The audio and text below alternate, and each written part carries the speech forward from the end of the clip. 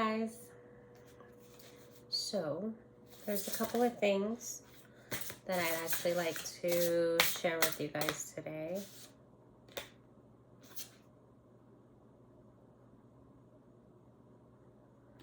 Okay, somebody maybe needs to cleanse your space. And then okay, I don't know what that was. It came out cleanse. I said somebody maybe needs to cleanse your space, and then it came out again in the reverse. So either you're doing that or I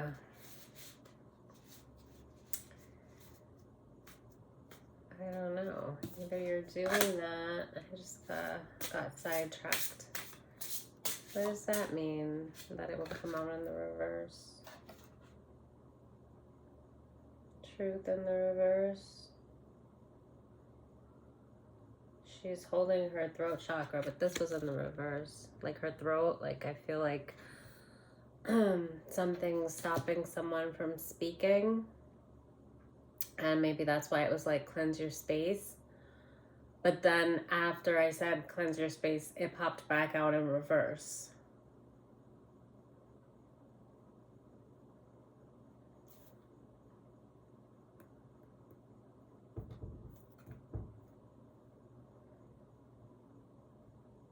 Somebody is like struggling with the truth. I'm actually hoping for a little guidance because I had some things that I wanted to talk to you guys about. And not hoping for, I know that I have guidance. And I decided that I would maybe, this is not so much a reading, but I am probably gonna shuffle cards as I go along and just kind of see what comes out and address it if I feel like I should.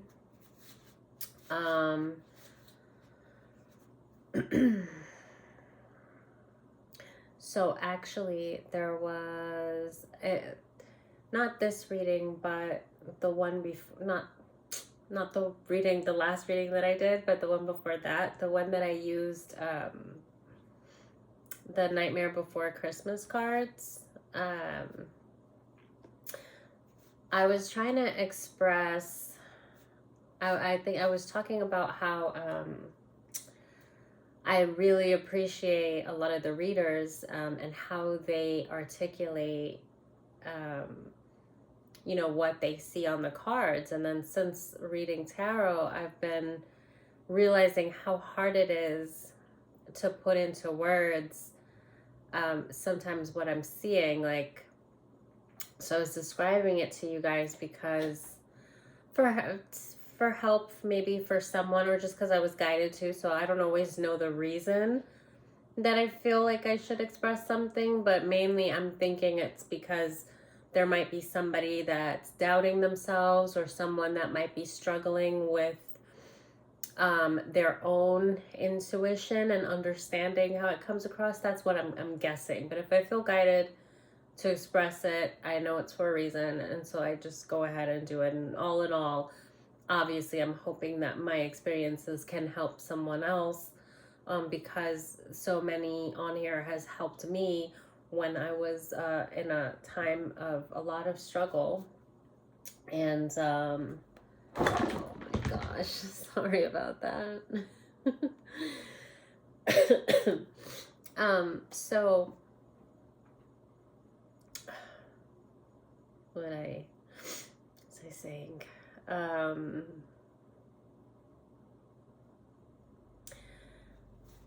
I feel like I have been struggling to say a lot of stuff. Oop, and I feel like the card just fell out of my hand, so I'm gonna scratch that.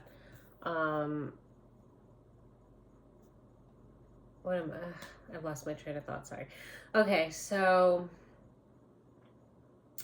about that. Okay, that reading. I was talking about how it feels like a whole other language, and I was trying to express, I got this card, and I won't remember what card it was unless I replay the reading. But the card I got, like, it was expressing, I saw like a house that, and I was expressing how it was kind of like, you know, maybe like in movies where you see like a haunted house and everything is like, there's like, um, it was basically like decaying. Um, and the way, she's making me nervous, guys. Give me 1 second. Bella, what are you doing? Bella, get down. What are you, if you saw what I was seeing right now, how are you even balancing on that? Get down, baby.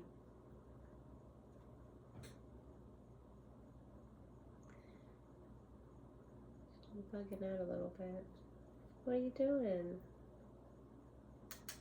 You okay? What's up? You gonna come down?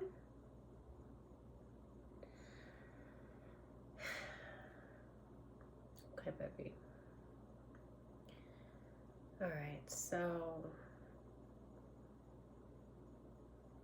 sorry. What I was getting at was shortly after that reading, because I was expressing how, you know, a lot of times it's like a whole story. I was saying how it can be like a, for me, because I can only kind of express from my experience. And I imagine that it might be similar for other people, but I'm not always sure. So I was expressing, it's weird that she's acting so bizarre. Okay, she's down. She doesn't usually do this.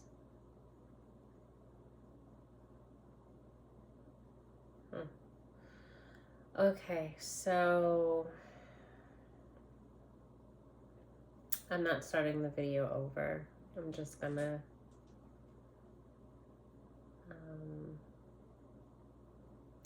I feel like what I want to talk about some things later on after I get this out, whenever that happens. And I think that's what has me a little bit, I don't know if you want to call it nerves or hesitant. It's not something, it's something that I've been guided to talk about, and it's not something that I've really wanted to. And so obviously I do think I should, otherwise I won't discuss it, but I'll get into that. You'll kind of know when it comes out. Anyway, what I was getting at, I wanted to just share with you guys something that happened shortly after that video, because I felt like it was spirit kind of pointing it out to me. Just a couple of days after that video, maybe a day or two, I just had YouTube playing, so unfortunately I don't remember the program that was on, like the channel, but it was somebody was like interviewing excuse me interviewing spiritual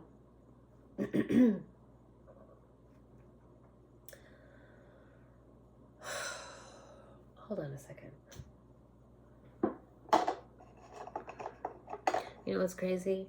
I looked at the card and I'm like this, and it said cleanse, but I did, but I didn't. So,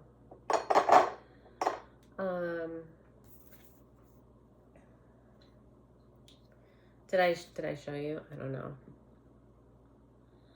And it was like kind of looking at me as I was like, I had that bubble in my chest again. Oh, I'm gonna sneeze. Oh. So anyway,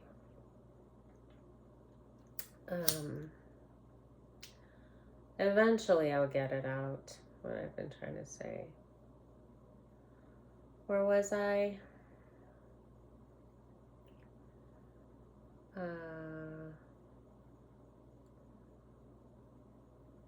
I literally don't remember what I was just saying.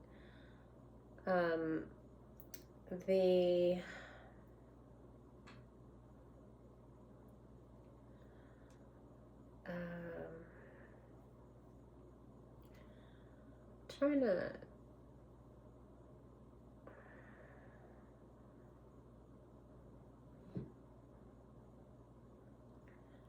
You're gonna fall. Just doing the weirdest stuff right now. Okay.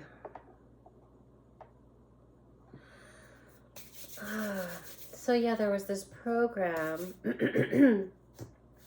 There was this program that or a YouTube channel, and the guy was interviewing someone, and he interviews people about and kind of listens to their stories about like spirituality and different things like that. And what caught my attention, wish I could remember the channel so that you guys could check it out, but what caught my attention was that he was talking about like the imagery of I think he was talking about like the astral realm or like in his dreams, but basically was talking about communicating with spirit, with the Holy Spirit, and how in the astral or in the dream state, like you would see images, and how bizarre those images can seem, but you're actually supposed to kind of decipher the story behind it or what it's saying. And I found that really interesting because it was literally just a couple of days after I was trying to express how it's like a whole other language, right? And I feel like he was kind of touching on the same thing that I was. So,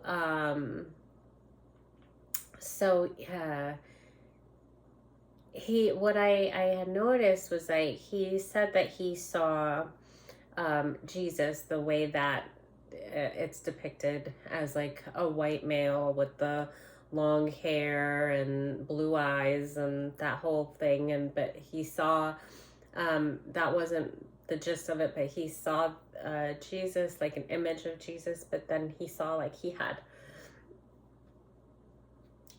several eyes, and then he had like a sword for a tongue. And they showed like an image of like a drawing of it to kind of give you a visual of what he was describing that he saw. And that he saw like next to him like a lamb with a whole bunch of eyes as well.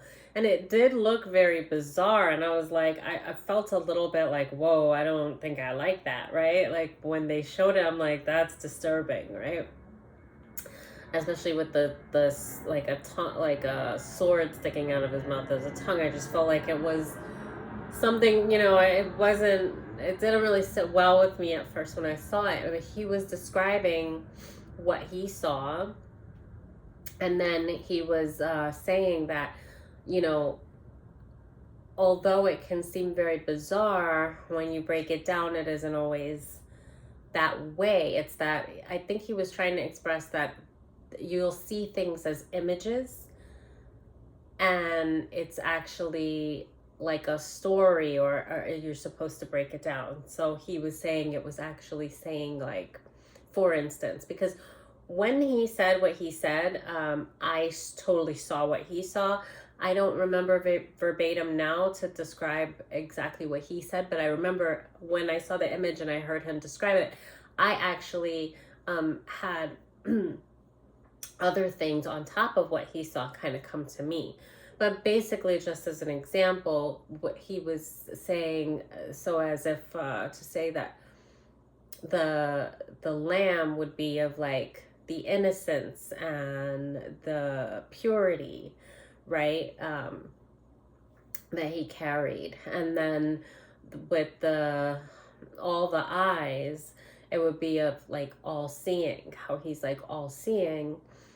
And the sword for the tongue would be basically to say like the word of God is your sword, right? Like as it's depicted many times in the Bible that the word is. And I feel like, was there something else? I think there was something about like also like kind of like a warning about like the tongue being very sharp, as if to say like to like watch the things that you say. I don't know if that just came to me now, but I remember basically with the sword for the tongue, it being very alarming to see that and not really liking it, but then understanding when he was describing, okay, it's saying like the word of God is your weapon, it is your sword. And then when you say it that way, it's like more understandable. So I liked the way that he had described it.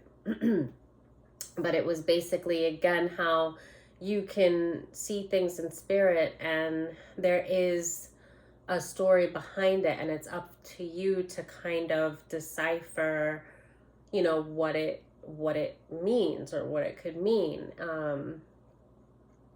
And a lot of times, because it's so true, things can be really raw and almost kind of like violent because they don't sugarcoat anything. It's not like here where it's like, maybe I shouldn't say that because somebody might take offense, or it might be.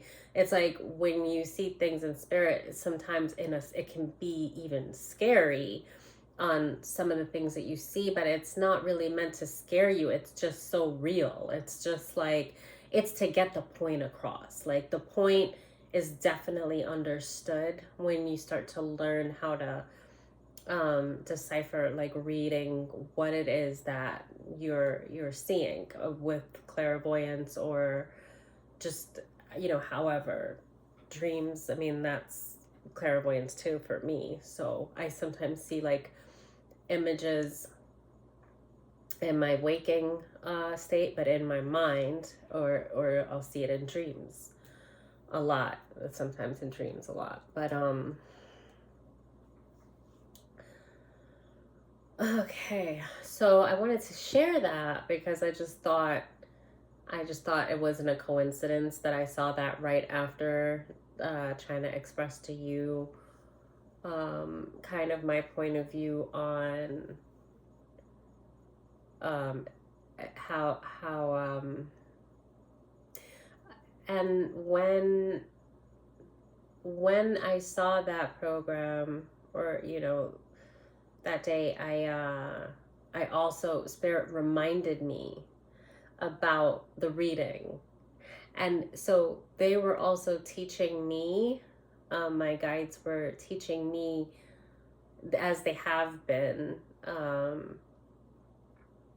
my being a new reader, and not as far as tarot, but like I said before, like I'll see things and have an understanding of it, but it's been more challenging since reading tarot because it's the first time that I've had to express to someone else and put into words what I was seeing. And I was saying how it's almost like it's another language, but it's a lot of fun. It's really rewarding for me to try to have to like verbalize what it is that I'm seeing, instead of just seeing it and having this understanding and like just getting the explanation in like a download or a moment, and without, you know, putting it into words. It's just but so I know that it was kind of a follow-up to my reading, because they showed me, remember when you had the reading and that card, and you were trying to express what you saw, and it was kind of like telling me the importance of trusting, also like reminding me, because when I saw the card, you know, almost I would have before been maybe not mentioned about the house because it didn't look like a house on the card, right? But I was seeing this, so I decided to try to express what I was seeing. And I didn't even realize that I had what I was seeing as I was expressing it to you guys. So they showed me after seeing that program, and then reminding me that when I was expressing, and then I think I said, oh, well, it's a curse. This person has cursed themselves, which is true. But like I saw the card when trying to describe the energy on what was going on with the energy. And I was channeling off that card, and I saw this decaying house. And I saw it was depicted as like what we would maybe see in a horror film, where the house is like oozing like black sap or something, and there's like streaks down the wall. It's like coming through the walls, and I was expressing it that way. And I was just trying so hard to get out what it was that I was seeing, that as in the reading, I didn't realize I was struggling a little bit. And I was like, well, it's a curse. And basically what my guides were showing me was that I was on point, and how just trusting them. I don't always know what it is that I'm saying, but they know what they're trying to get out. So it's not for me always to know, because I did actually express it the way that they were trying to, which was, this person has cursed themselves, that energy that I was talking about. But it was because the house, the reason that I saw it as a house is because your vessel is your home. It's your house. It's housing your spirit, right? So it's like, that's why I saw it that way. And it was also, I think it was also not just talking about spiritual, this person, it was a very dark energy that I didn't want to sit in also. I remember that. But the person was dabbling a lot in dark magic, and I saw it depicted as a house to see the kind of decay that they've caused in their own vessel. And so I think there was also illness there, as well, because it was almost like like, I'm sorry if this might be like triggering to anyone. It definitely a little bit is for me, but I saw it as like a cancer of the house, right? The way that I was seeing the black and the rotting, and they were showing it as this individual. So I think I was just picking up on it being spiritual and this individual having cursed themselves, but I think it was both spiritual and physical, that this person was going through a lot. They've damaged a lot on their being, physical and spiritual. Anyway, so not to get too far into that, but I just wanted to share what I saw in the program, because it was said very well, in a way that I was trying to express it. I expressed it differently, but that imagery and then breaking it down. Sorry. That's insane. This never happens to me until I get on here, that I get all these bubbles in my chest. So anyway, that was one thing that I wanted to share. What are those cards I was showing? So, okay, so another thing that I wanted to get on here and talk about.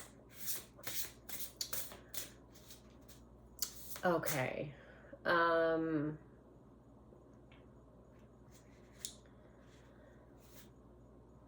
The Jezebel entity that we hear about a lot. I wanted to talk about my experience with that, or some of it anyway.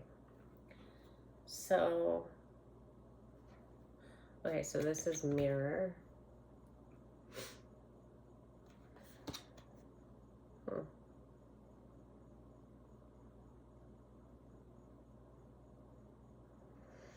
Okay, so give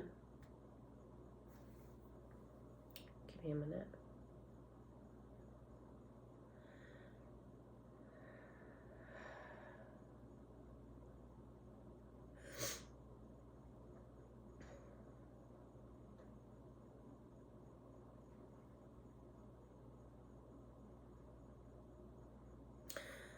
Okay, some of these things are so bizarre, but for anyone that is going through it, it really helps to have other people that have been through these things, to have them voice it so that it's not so bizarre, so that somebody doesn't feel so alone or, you know, awkward for having these experiences. And what would be even worse, so that someone doesn't second guess themselves or even intuitively know that they're right, but outwardly maybe not act on a warning that they get because they don't want to come off as weird, or, you know, they don't have the proof. Like, it is so important for you to trust.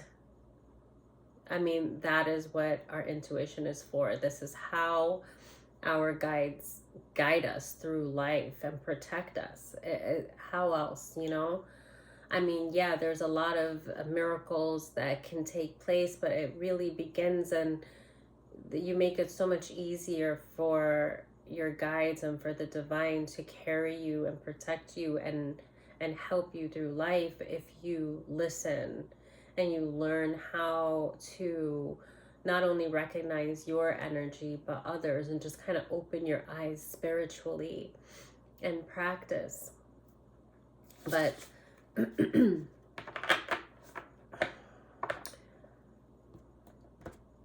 with the mirror, one of those, like, we do mirror one another, you know, as I've spoken about before, and a lot of us do know that we work as mirrors to each other. So it can reveal to you things about yourself that you may not see, that may be like in your subconscious, or things about other people that you may be second guessing, if that makes sense.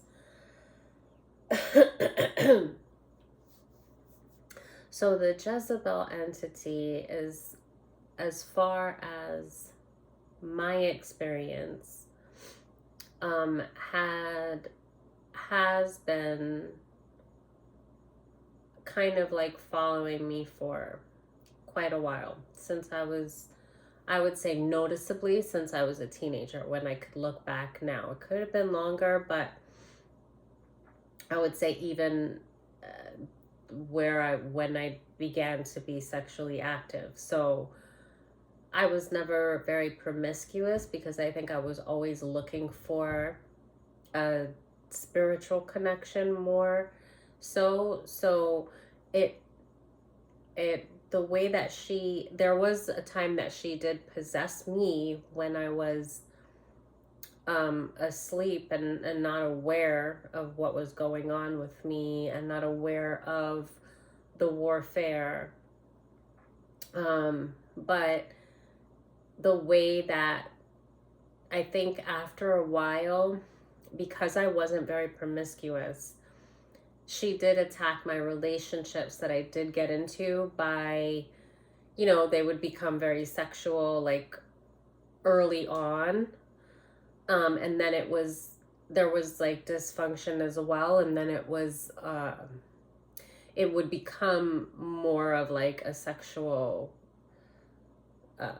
driven, more like less driven, even though it would be a relationship, where the things that are like fundamental to a relationship, that you're building a foundation, when, you know, before you can really build that foundation, you're like sexually active. And then when there's trauma and there's, you know,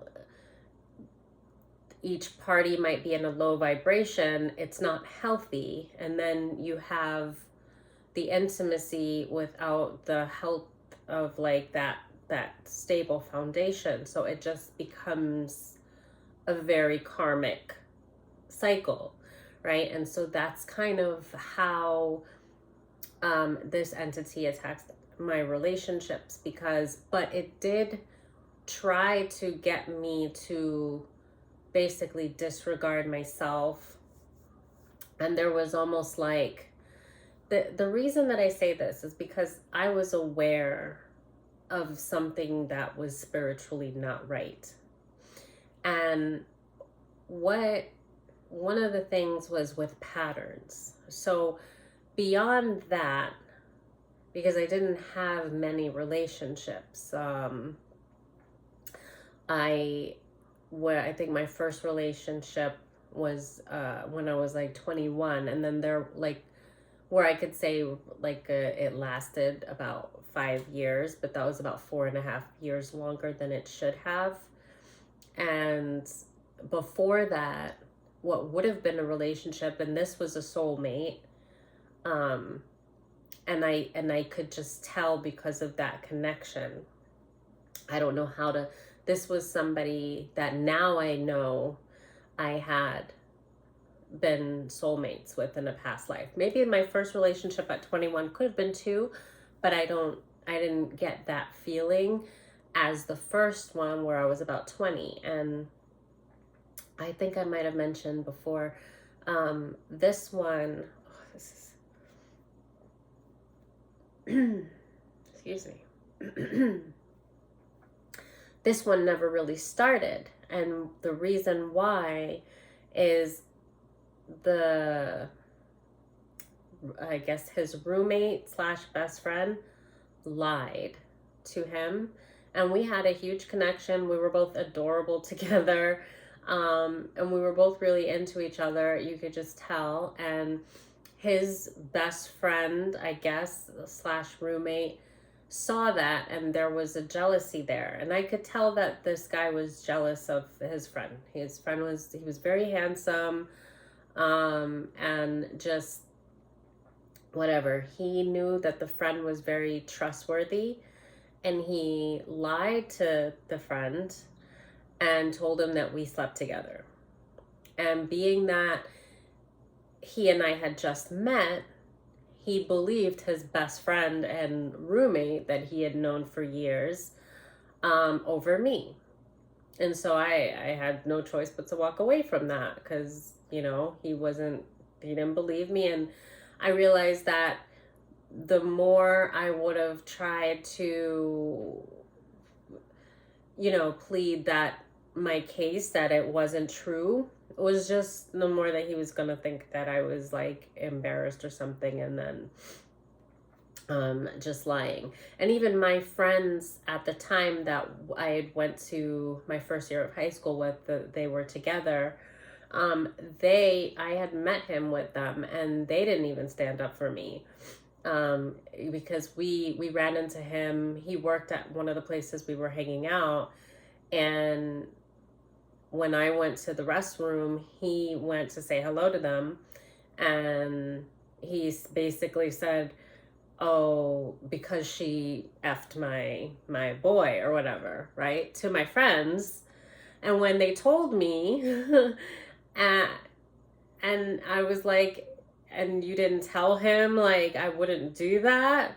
And they just were like, "Oh, we were just like, that doesn't seem like her." Like, it just showed like nobody ever really had my back. There was never any loyalty that was given to me that I would give out to others. But that was okay, because I recognized that this was something, at the time I said it was something that wasn't meant to be. But then moving throughout the course of my life, I noticed that anytime I got involved with a person and we would start just to where we would start dating, before, like, it was always right at the point where we were gonna take the next step to like make it official and say like, okay, we're a thing, right at that time. So it was always very early is where the Jezebel entity was attacking my relationships. Because then what she started doing, when she wasn't able to control me, she would there would always be like, enter Jezebel. And why I say that is because there would be some girl that would come out of nowhere and put herself in competition with me for that guy. And when things happen like so many times, you have to know it's not a coincidence, and it's not like I was always somebody that I was very careful to, it's okay to make mistakes, I would say, but I had a big thing with making the same mistake over and over again. So I always, you know, would be very aware of what I was doing to not continue that cycle. I knew that when I was really young. I was just like kind of intuitive with that. So I paid attention. And when you notice that the same scenario is happening and it's something that is out of your control, it's not something that you're doing, then you kind of have to know that it's energetic, because there's no other way that it could be.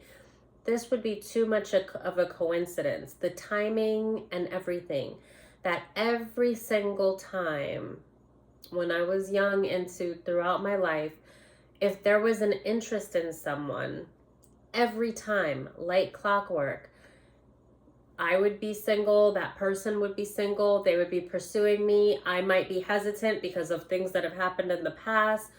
They would come harder because now it's, I guess, a chase or whatever us human beings do. And they would be sure this is what they want, this is what they want. And then the minute that I would give in and be like, okay, let's see if it works, enter Jezebel. And it was always, you know, because entities take over other people. So it's not so far-fetched when so much of the world is trauma-filled.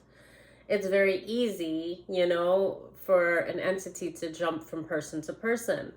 So I'm noticing, like, at the time, I'm like, well, I knew spiritual warfare was happening because I went from being this happy, free-spirited child to like having so much depression and anxiety. And it was because of trauma that I was like deep in my subconscious that I wasn't even aware of, because it was rooted within like the neglect I experienced and abuse I experienced from such a young age of my family that I couldn't even see it for a long time. So that was a huge thing where I was going to attract certain people because of my own trauma and not even be aware of why. But that's something else. So with the Jezebel, it was a real thing. So I mean, I guess what I mean to say is like, for you to be looking out, or how important it is for us to kind of look at the patterns in our life, especially where identifying where spiritual warfare is a factor.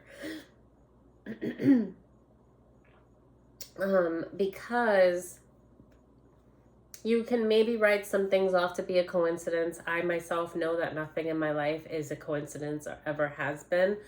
That was one of the things I started telling myself since I was probably about like 14, 15 years old, because I started to realize patterns and things. And I just, it was one of the things that I recognized that I would second guess myself a lot. So I started to say there are no coincidences in my life, because I wanted to combat that, that second guessing that I was doing.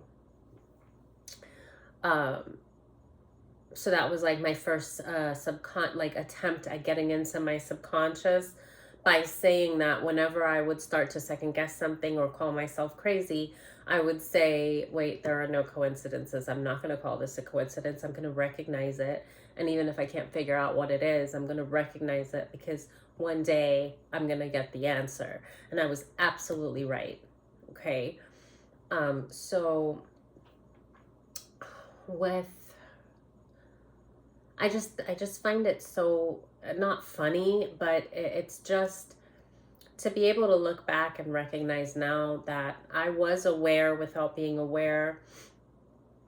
I was aware something was wrong. I remember after a while thinking somebody's cursed me, and what I didn't know, I'm like, is this someone in my life that's doing this now, or is this something on my bloodline? And that was what I was trying to figure out at when I was younger. And I mean, I think both. Well, I know definitely there was heavy uh, warfare that was actually put on my love life specifically. Somebody was actively doing that, and I did find that out. And not just my love life, but on my progression in life, in finances, in anything. Um, like womb attacks, just so many, like so many things. And because of how I was living, because of my giving into a lot of depression and anxiety and not recognizing it as attacks so that I would try to fight it, I was an easy target. And it's so funny because a lot of things at that age can be dismissed as hormones because you're a teenager, and but there something in such excess, like I went from being one way to being a complete wreck, emotionally. It just, as far as anxiety, like to the point of dysfunction, like just not being able to really function through my life. Being a very, very bright kid and then not being able to sit through class because of the enormous amount of overwhelming anxiety. And there are just so many things. I mean, I could go on, but I don't want to like veer off. So I just want to point that out, as far as it doesn't just have to be like somebody that's struggling with the Jezebel kind of entity, but it's more so to say, where warfare is concerned, that it is very important for you to look at patterns, and try to recognize those patterns. And it's equally as important for you not to second guess yourself or like write it off as, crazy because you don't maybe have anyone else that can relate to what you're going through. It was just such a specific thing. I recognize it had to be energetic. It had to be, because the timing, it was always at the same point of a relationship, just when it was going to start. There would be a third party that would come in, and it would be like, and I wasn't, thank God, like I wasn't a person that was very jealous, or, I mean, it got very frustrating when this would happen, because I would be like, I wasn't a girl that would ever get involved with a guy that had a girlfriend. I wouldn't want him. If somebody tried to pursue me who was attached to someone else, I would be insulted. I wouldn't want anything to do with that person. It was just disgusting to me. So to me, there was no appeal for somebody that was attached to someone else. Even if I liked someone and then I found out that they were maybe dating one of my friends or something, they were kind of off limits, and I would never see them beyond maybe like friends. And I'm not saying there aren't some cases where like you go to school with someone and you may have dated different, and then down the road, I mean, if you're, you know what I mean? I'm not, obviously there's different scenarios, but I just mean in general. So, but where I was concerned, I just saw, it seemed a lot of times that I, would do everything right, as far as at least starting, not everything right. Let me rephrase that. Because I definitely think that it was important for me to study people, get to know them more before getting intimate. I wish that I would have done that, because I mean, well, I can't say I wish because I don't know. I think things played out the way that they were supposed to, but it would have saved me a lot of what to me now looking back just seems like a waste of time. Um, but I recognized that it had to be something that was, specifically put on my love life. And I got the confirmation of that years later, because I mean, it went on like that for years, literally every relationship that I got into. And so I basically noticed that that entity was attacking me, attacking my vessel, where she was trying to use me to be like completely disrespectful to my body and just sleep around and stuff. But because I was so adamant at like I knew what I wanted, as far as I wanted that spiritual bond with someone, not just physical attraction, but I was very much spiritual. I was aware of my spirituality from a young age. It was just me. It was part of who I was. So I was aware that I needed that bond with someone for it to really be real. And so there were relationships that I did indulge in that I knew that that attachment wasn't there. That spiritual bond wasn't there. And so that's where, if I would have been more it's funny because I want to say self-aware, although I didn't always listen. So I went along with the way society was. Well, we date people. And then I felt like, well, you can't judge people. And so I did allow people in my life who, although I wanted that spiritual attachment, I knew that it wasn't there. And I still would pursue this relationship. And I did care for the people that I was with. How did he get in there? I did care for the people that I was with, but I'm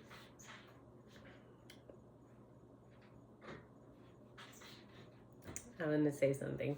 Damn, there was something else I was going to say. Okay, honey, I'm coming. A minute.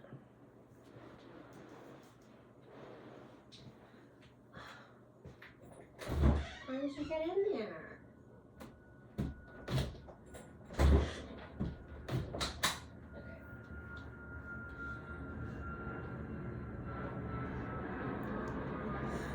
Okay. Oh, there was something else. So I did care for the people that I was with, but another issue that I had at that time was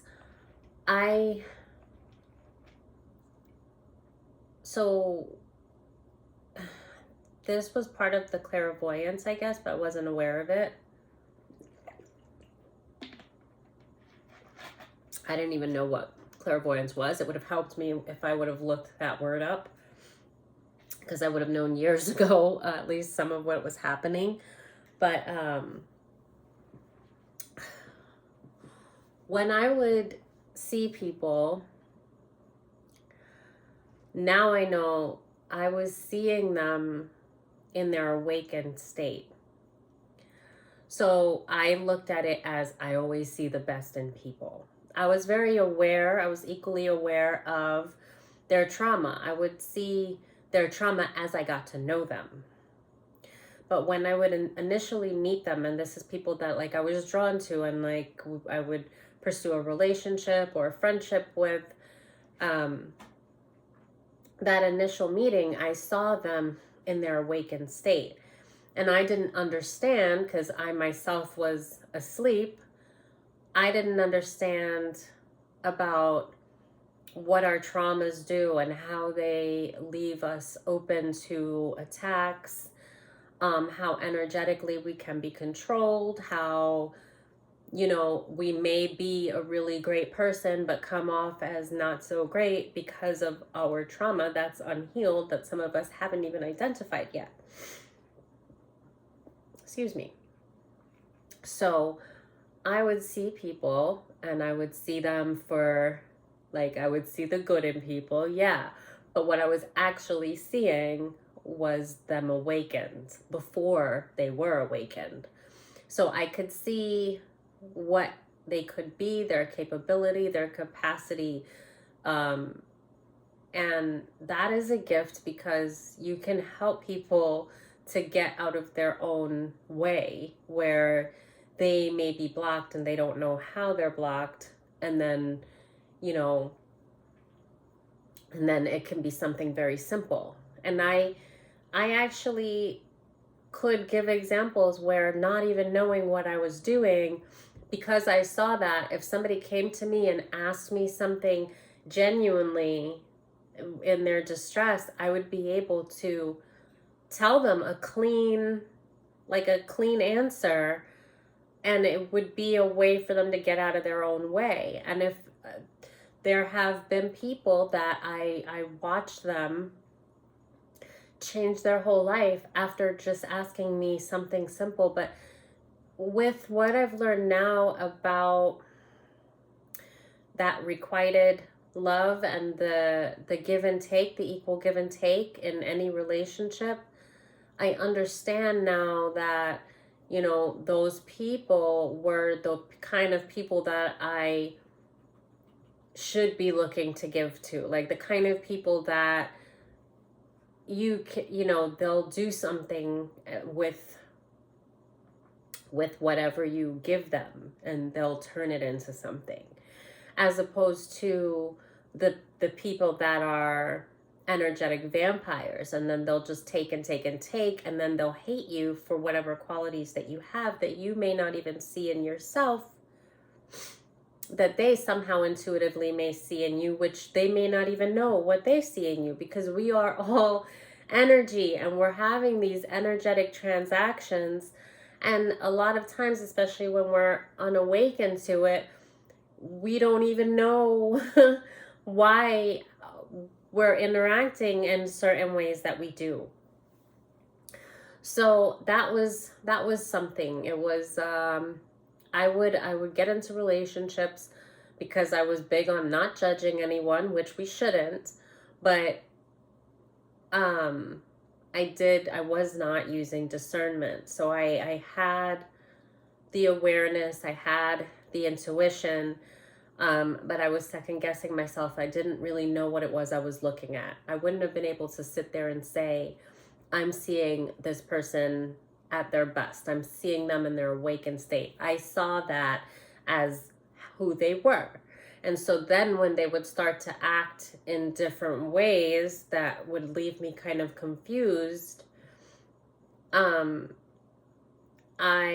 started to see, I also saw trauma, but I still,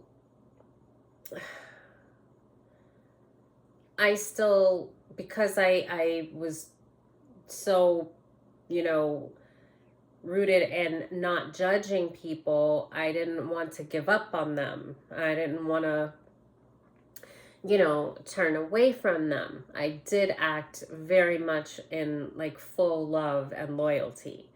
And I didn't get that back. But that is because I was not directing my love in the right place. That should have went within first and foremost.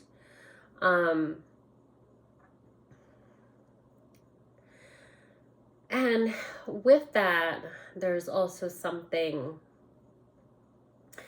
where, because we talk about self-love in the tarot community, and it's very real and it's very necessary. But I think that it can kind of fall on deaf ears in a way, because it may sound like it's just something that's trending and or just something that people say. But that needed to happen first. I remember always saying, like, I would always say when I didn't understand why I would get like so much, people would just attack me, and people that I cared about, and I didn't do anything to warrant it. And I would just feel like a victim and say, I never do anything to harm others. Like, if I do any harm, it's to myself. And like, I thought that was okay. And really, that was also attached to my own trauma because I was so neglected and so disrespected down to my own family that I I didn't feel like a bad person, but I was treated like one from everybody. Like, so the people that were supposed to, if no one else, those ones that were supposed to like recognize me and hear me and like made me feel loved, they didn't. So I felt not that I wasn't worth loving, but I just felt that nobody would really see that. And then when it's your whole world, like it keeps replaying because it is an energetic thing. So it started to where I was conditioned. So I'm giving off an energy of doubt that I'm going to be loved in the same way that I'm giving it. If that makes sense. And then I'm trying to get it out the right way. But basically, I mean, I was sabotaged from the start just because without the self-love, I wouldn't be able to heal the trauma because I wouldn't have been able to see the trauma. Because it was when I decided to direct all the love that I was giving, I decided to treat myself like my best friend because I had had enough. And I was like, well, why am I waiting on these people for their advice and it was more so I didn't really need the advice of like my family or friends around me. It was a respect thing. It was a part of the love that I gave to them. Like, I wanted them to feel needed. I genuinely did care about their opinion. And a lot of times they would intrude their opinion onto me, but a lot of times, like, I did want the loving feedback from them that I would give to them. Yes, but there were a lot of times that really, when I ask myself, did you not know what to do? The answer is I did, but I wanted, it was like a respect thing. It was like, here I am letting you know how much your opinion matters to me, and like wanting that receiving. And I think a lot of people saw that as like an opportunity to disrespect me, feeling that I was in like need, but I wasn't. But I was in want. I cared about these people, so I very much wanted that requited, energetic exchange from them. But I feel like I'm veering off topic a little bit. So as far as the self-love, it's insane to think, and I don't mean to call anybody insane or even myself, but God loves all of us, right? So if you think that you can give so much pure and honest love to everyone around you who is not giving it back, and you yourself are not loving yourself when you're doing that, why would you think, if God wouldn't want you to mistreat anyone else, that includes you. So if you're giving all that love out, but you're not giving it to yourself, first and foremost, you're abusing yourself. And I kind of got to a point where I was just like, there's not going to be anything left, because I was being attacked by so many people, and that also was energetic. It was like behind my back, just a lot of deceit and things like that, but energetically I felt attacked as well, and it's because I was because if you want to look at it as, people having attachments because of their own trauma, and then those attachments also because of warfare attacking me. I mean, you could look at it that way. There's so many levels of how you could look at it, but at the end of the day, I looked at it and I said, well, if I'm giving love, if I'm giving good advice and honesty and all of this to people, then I know how to give it. So that means all I have to do is turn that inward. And that was something, I mean, Spirit showed me that. When I got they, so much as like with the clairaudience, like showed me, told me, however, but after my house was burnt down, and I realized then how much I needed the people that I thought loved me and that I thought I had surrounding me. And that was when I realized I had no one. And it was almost like, I remember at one point I was like, wait, did I die in the fire? Because it was almost like I was left for dead after, like, they just wrote me off. Like, they thought, well, she's done.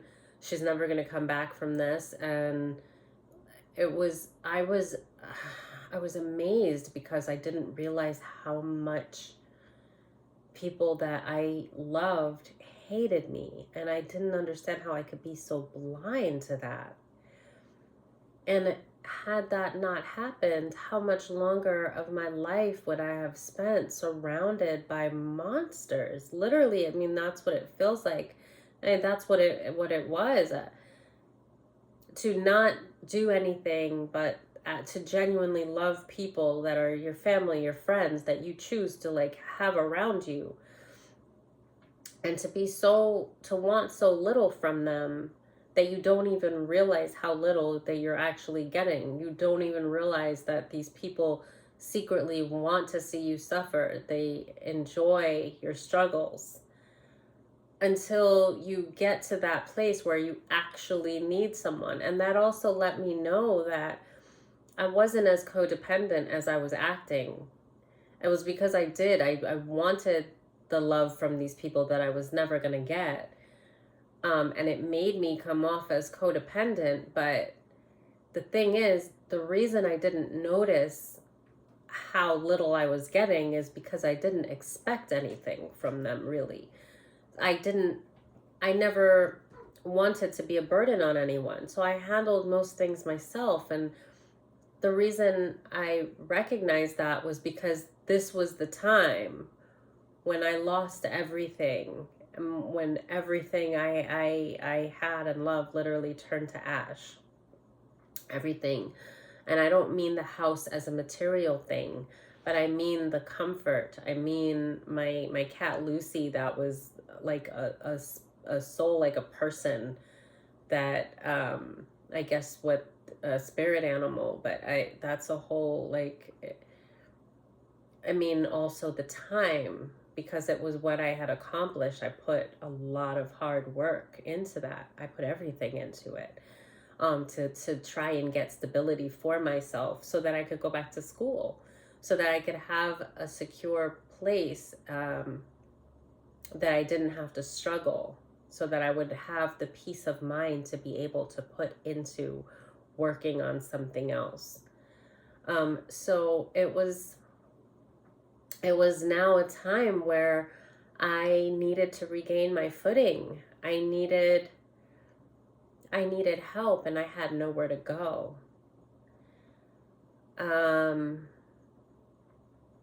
So before I get into that, I want to get into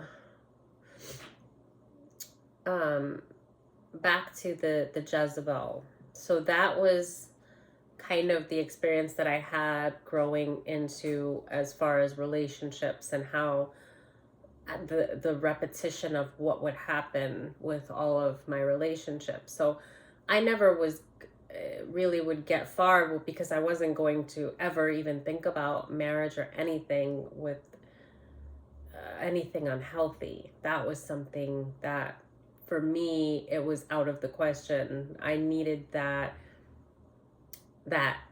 spiritual connection and that healthy, stable love, and respect. And it was just my relationships ended up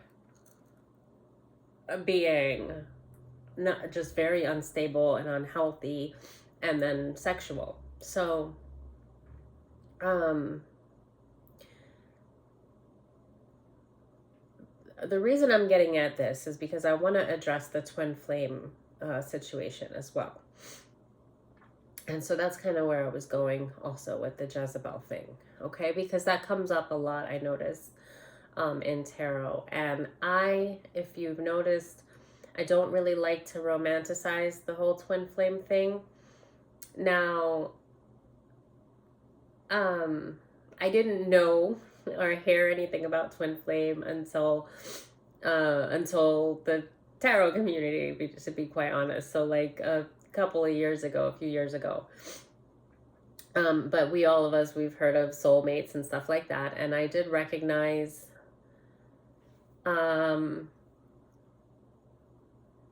like, I can recognize, excuse me,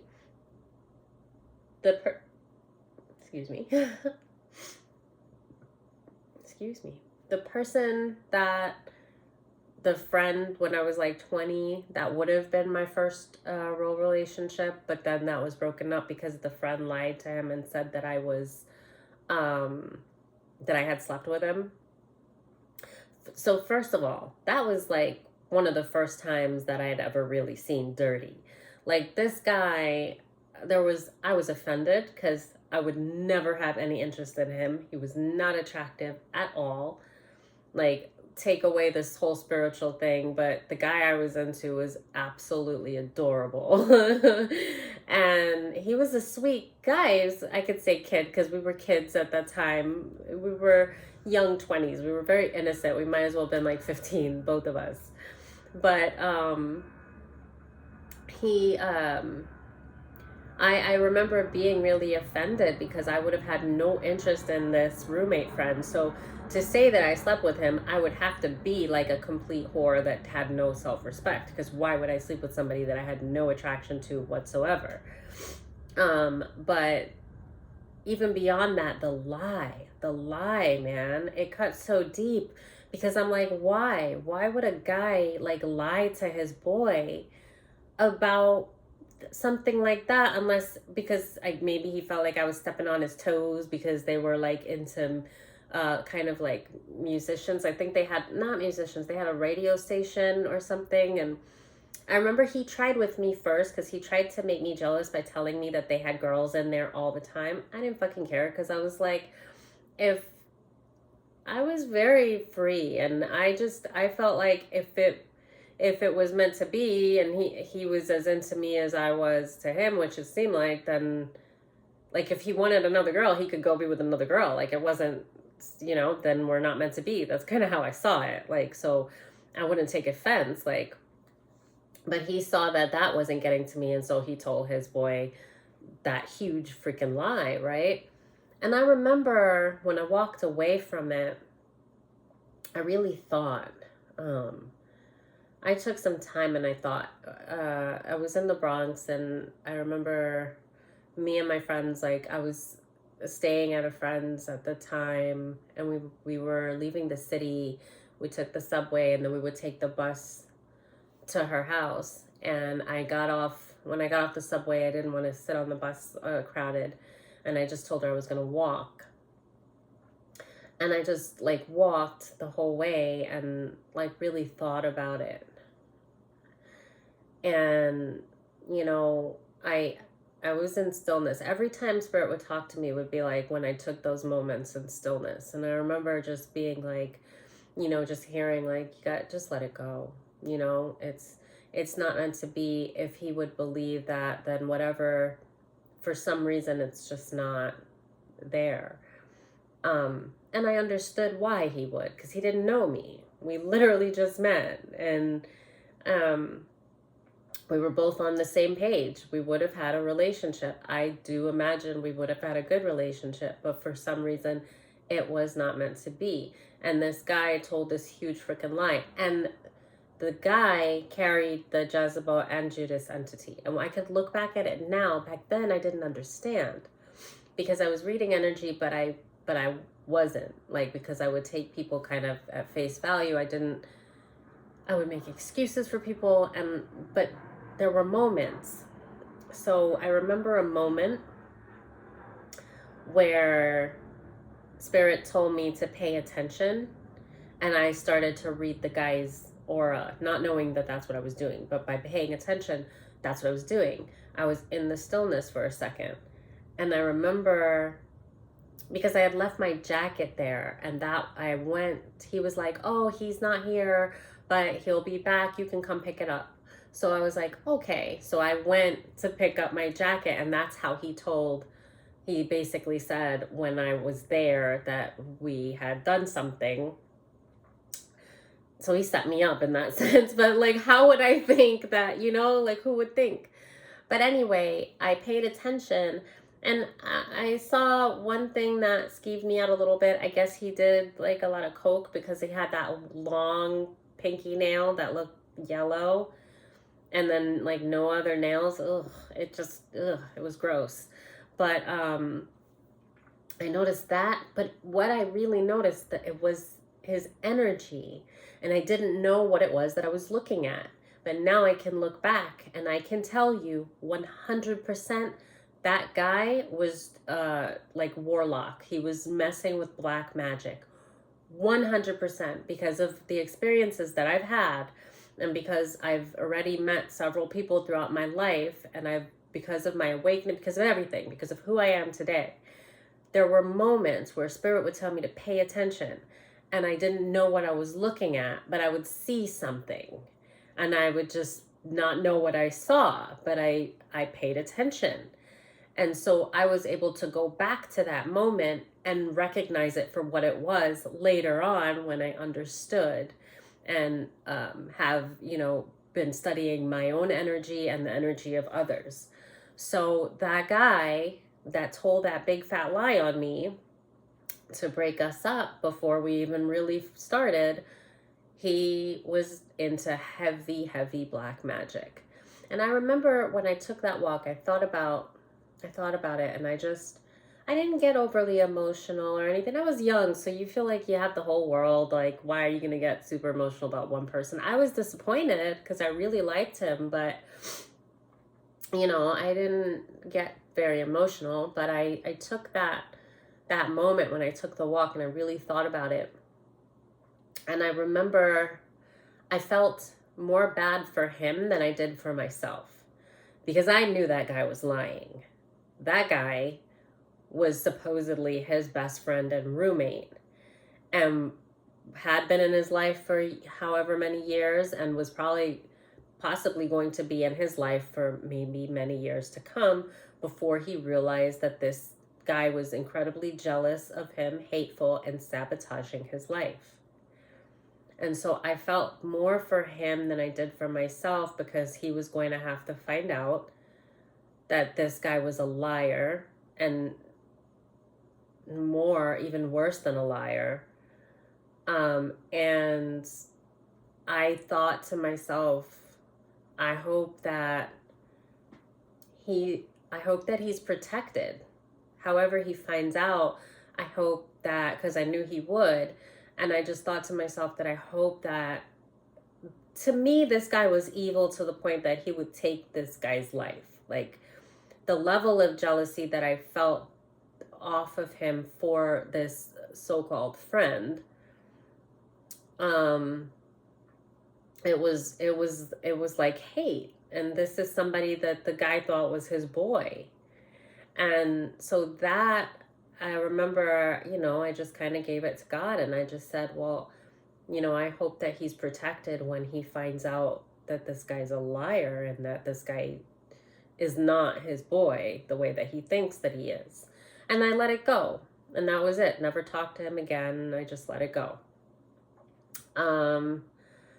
But I always remembered it because that was the first time that I had experienced that kind of like deceit from a complete stranger and not really understand at the time why someone would do a thing like that. Other than I saw that the guy was jealous, but it was just so, to me, it was so extreme, you know? So then fast forward, of course I'm skipping over a lot of stuff, but just to get to the point,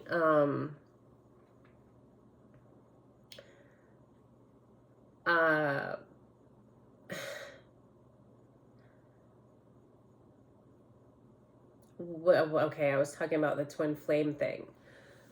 So, oh, sorry, I got this terrible knot. Oh, as always. But okay, by the way, there are so many like shows and movies out there that depict the twin flame, which I find pretty funny.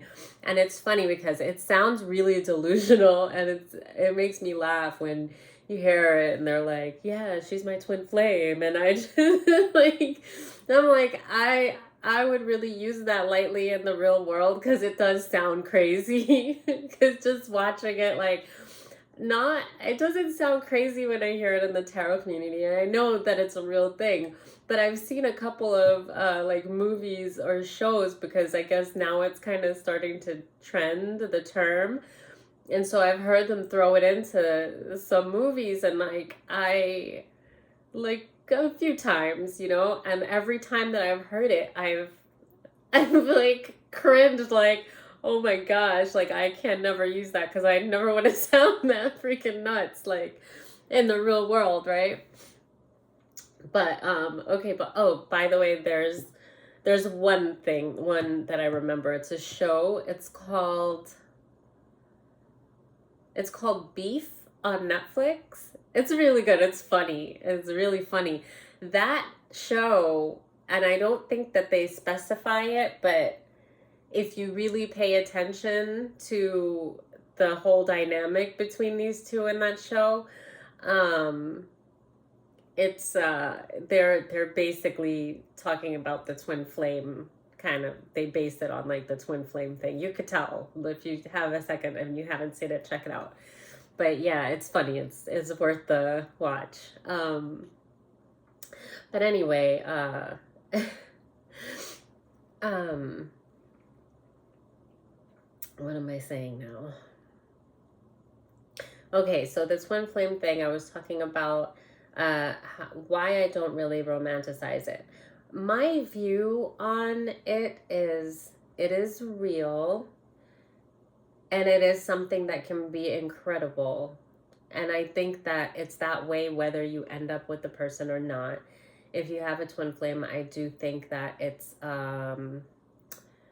I could say a gift and a curse, but I wouldn't say anything that is that spiritually blessed would be a curse.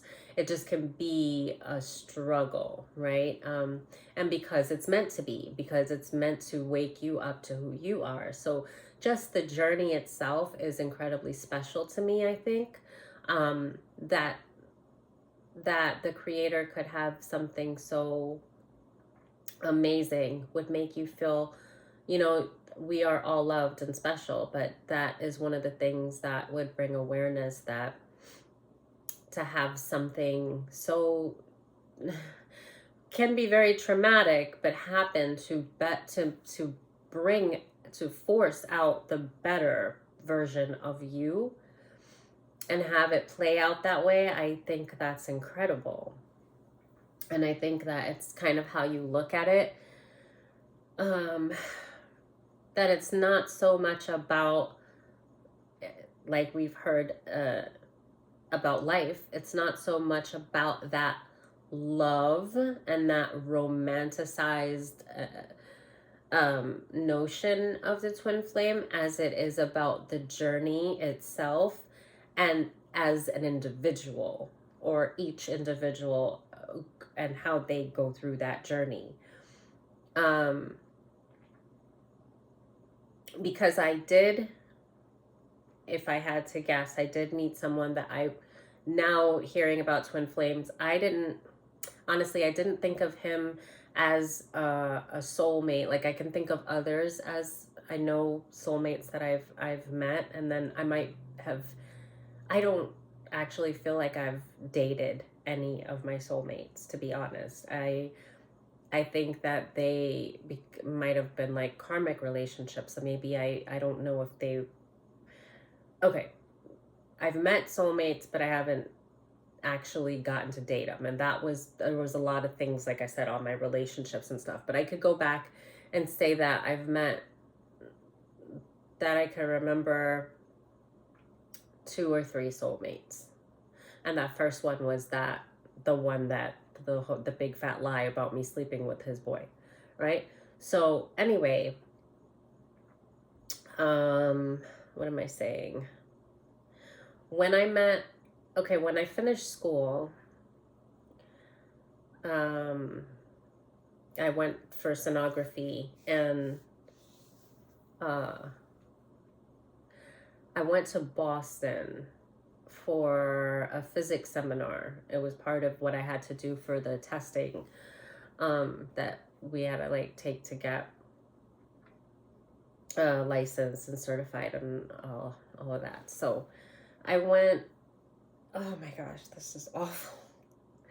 I went to Boston for this seminar, and this is where I met this guy. And now that I would now say, as far as the twin flame thing, since I've heard about that, I'm gonna sneeze. Oh. Ooh.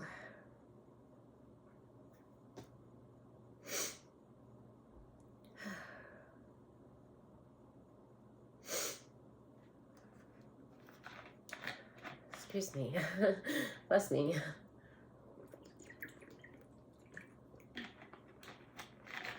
I didn't expect that dry, like, cough that I heard. Maybe I'm not having enough water, or kind of shocked me. But anyway, so I met this guy, and instantly what I experienced was that same, it was energetic. It was what now I would say the clairvoyance. I do think I saw this person in their awakened state. Now I could say that, because they weren't at that stage that I saw them that way. But what was significant about this person that when I met him in Boston, what was significant about the moment that like he walked in was he was very handsome, but I wasn't a person that was very smitten by looks. So that was something I knew about myself. Like, yes, I wanted to be attracted to people that I was dating, but to me, I would meet people and maybe not be attracted to them so much in the beginning, and then be more attracted to their character that would make them more attractive. So to me, it was a lot more than just looks. And then to what my pet peeve was arrogance. And I noticed that a lot of really attractive guys were very arrogant. And so I was instantly really turned off. And if anything, I liked the ones that had a little bit more of an edge, that weren't too pretty, you know.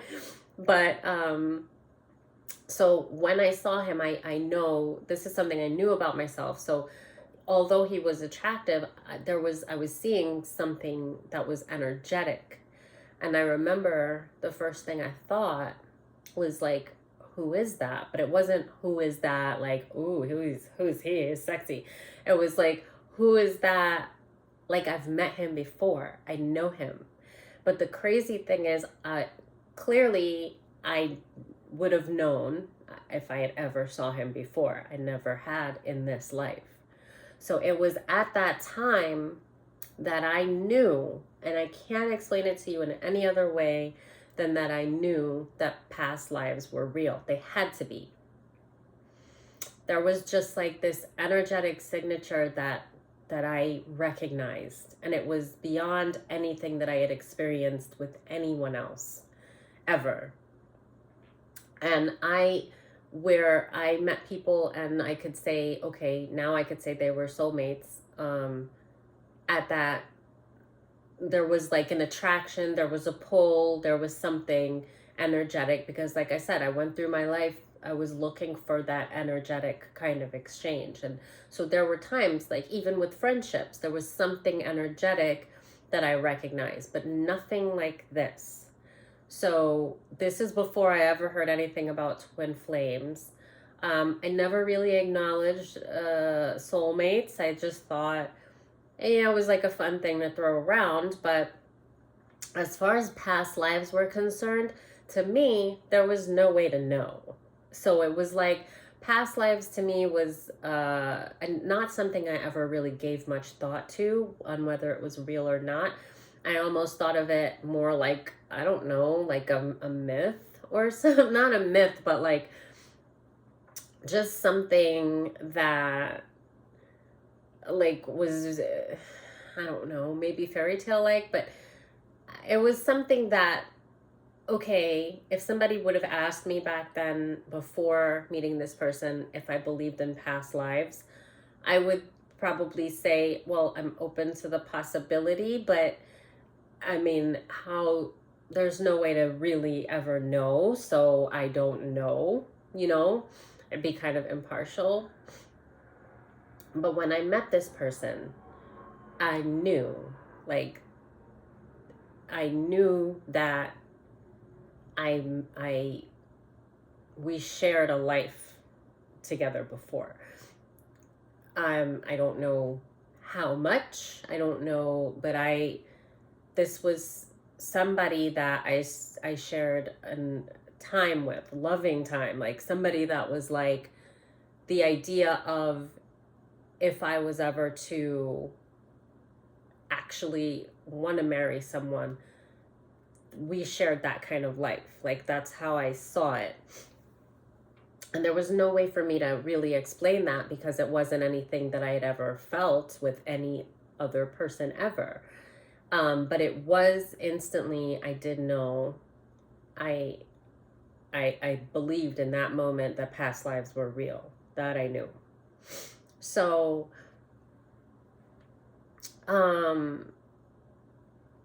we hit it off. This person, he was in the military. At least I felt like we did. It seemed that way. It seemed like he was on the same page.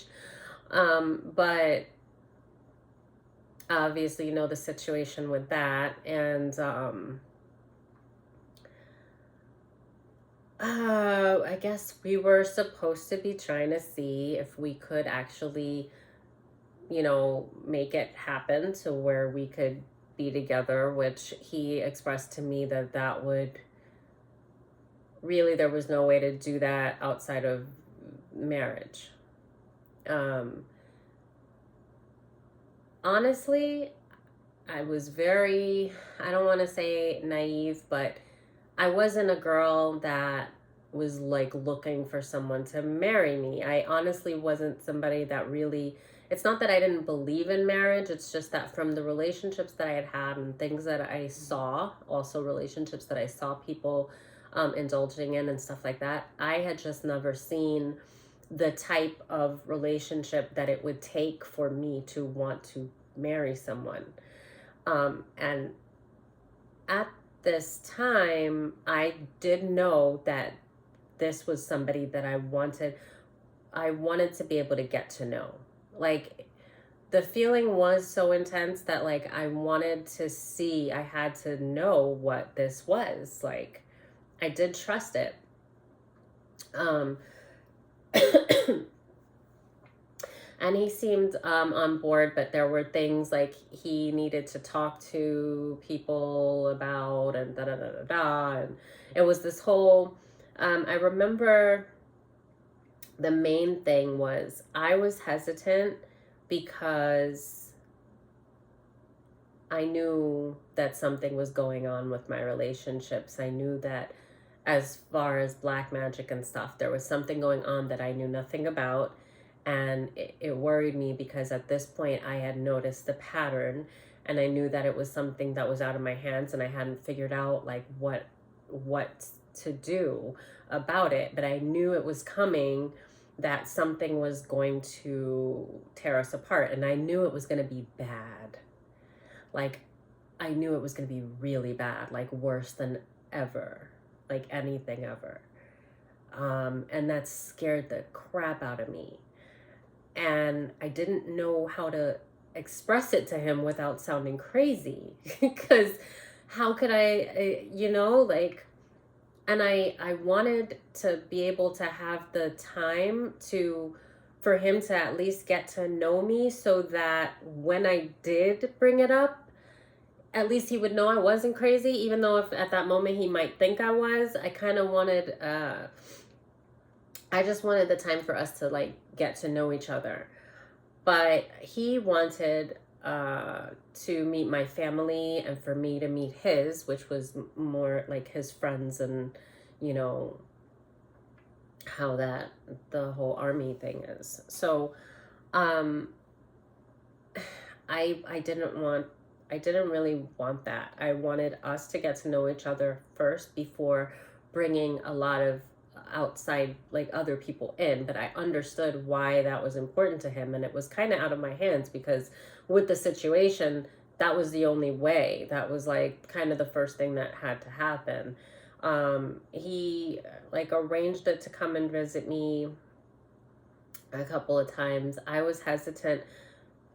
A lot of things happened, a lot of unfortunate things, but like in the way where my family was concerned. He was supposed to meet my mom, my sister, my niece. I was excited about it. There were things about my mom that made me very hesitant, and it was her reaction to my wanting to arrange this dinner. It made me stop and realize that she was not happy. Like, she didn't want me to be with this person. And that wasn't weird for me because my mother was funny with my relationships and things like that.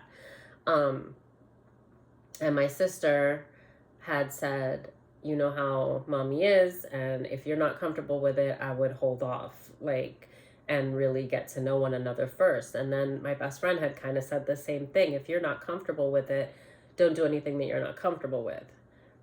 And my mother was so nasty, though it shocked me when I had talked to her about, he was wanting to meet them, and so we were supposed to go to dinner. The way that she behaved is what made me really hesitant, and I didn't know how to explain that to him. So I did tell him that I didn't think that now was a good time, and he was not really like happy with it. I could tell, but he was like, okay, next time I come though, we need to. And I was like, yeah, of course. Also, his friends, I could tell, there was just like little things like, one of his friends that was in New York that I did meet, she was just like, oh, that's fast. She made a comment when he said that we were supposed to go to dinner with my sister and my niece. So little things, but I felt it that his friends didn't like me. Not all, but I felt that there was like a lot of what I expected. A lot of people that didn't want us together. I just knew. Excuse me. So,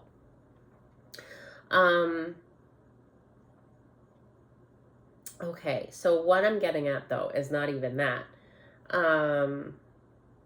There was never the chance to really get to know each other. And I did, at one time I tried to like express to him, I asked him if he had known anything about, and it was because I didn't want to sound crazy, but I felt like I didn't have much time. I felt like there was this, I knew something bad was going to happen. And I felt like I was supposed to express to him what I knew was going on in my life, but I didn't know how to do that without us having a chance to get to know one another.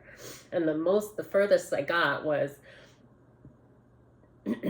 excuse me, asking him at one point when we were on our way out to meet like a friend of his, um, asking him if I think I mentioned about like witchcraft, or like if he had ever heard it, like anything, and he just kind of said like, I don't know anything about that kind of thing, right? And I just laughed, an uncomfortable laugh. I remember saying, well, it's real. I said it kind of like I was freaked out, because I was, because at this time I knew that this was something that was happening to me, but I didn't know where it was coming from. And it was affecting my life drastically in many different ways. And I didn't know how to combat it in any way.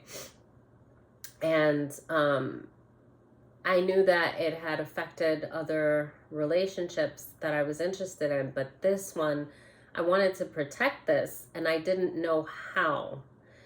And I kind of, I realized that I just kind of had to let it be. But the crazy thing is, I met a girl, and like I said, I saw it coming, but I didn't know how, right? I met this girl, and we're back to the Jezebel thing. This girl was like very charismatic, beautiful. She looked like a doll, I thought, right? And she was the kind of person that like I would be friends. Like I had my girlfriends, I felt were all beautiful. And she, we had just met, and like I thought, okay, we're friends. She was rooming with, she called it her place, but I realized she was kind of squatting there. But she introduced me to this other girl, like, I think the girl was Russian, really beautiful model, like tall, long blonde hair. And the girl seemed, pretty nice. She was living in Manhattan with her. She made it sound like they were roommates, but it was that girl's apartment, and I think the girl just let her stay there. So I didn't know her very well. We hung out a few times, and what I did know, I knew, and again, it goes back to the whole not judging people. We shouldn't judge people, but we should pay attention to the red flags, okay? I had only hung out with this girl a couple of times. I did realize that she was a liar and a thief. Why I say that, I knew that she had secrets, because one thing, when I went to the apartment, I realized she talked about it like they were both paying rent, and like they got that place together, and I could tell that she didn't know the girl that well, and that she was basically squatting there. I didn't judge her for that, because why would I? Who would, right? But I did notice that she wasn't honest with me about it. So that did kind of bother me. But then I just thought maybe she's embarrassed, right? So she told me some things. I think she was from Virginia, and there were some things, it sounded like she kind of had a hard life. I don't know what's going on. My throat is so dry. It's crazy. There's like nothing burning, but something's irritating me.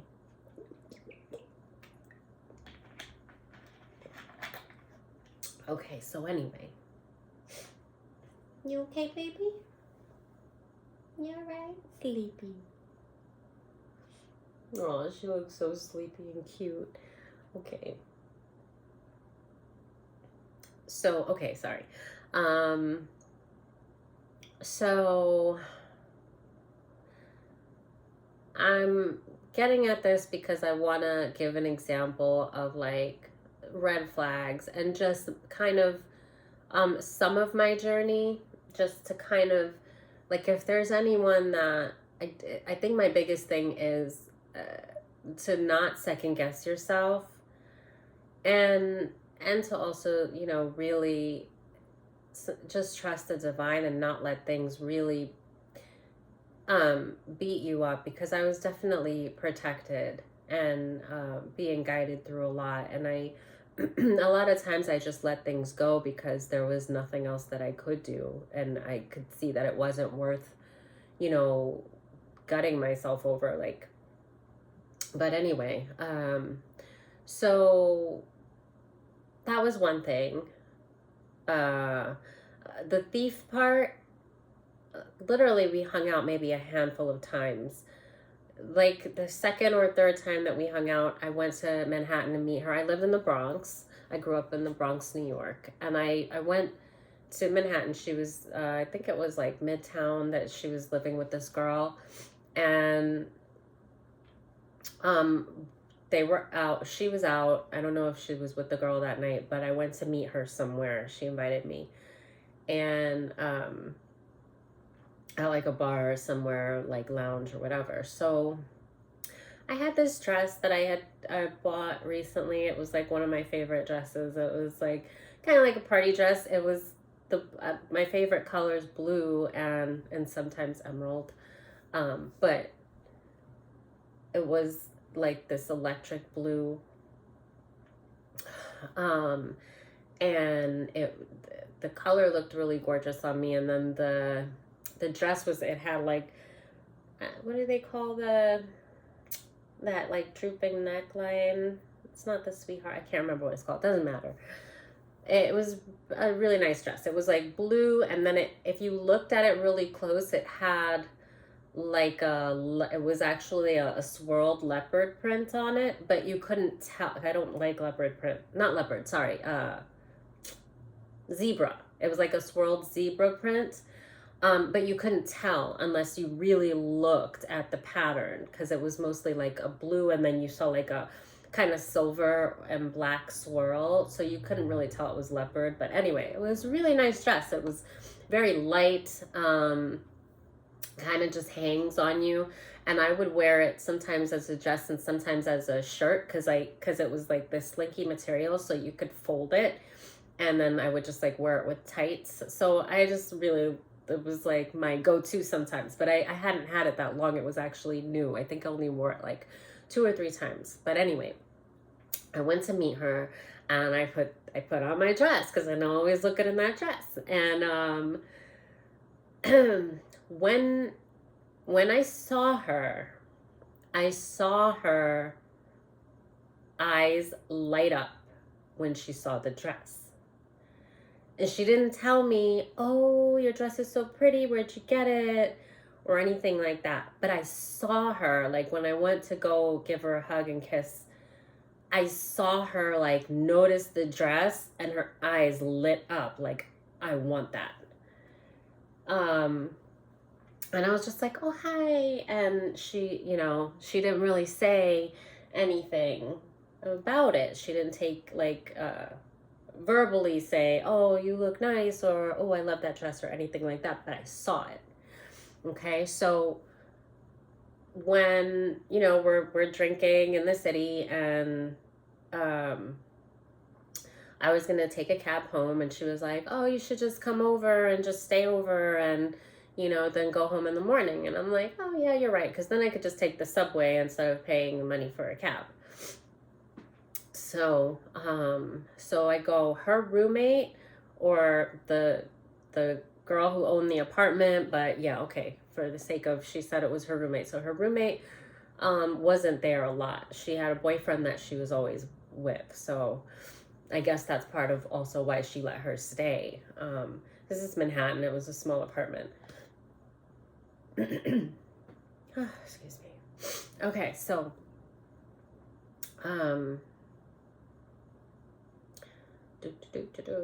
where am I? Okay, so I stay over. She's like, oh, let me give you some pajamas. So she gives me like a t-shirt and like pajama pants. I'm like, okay. So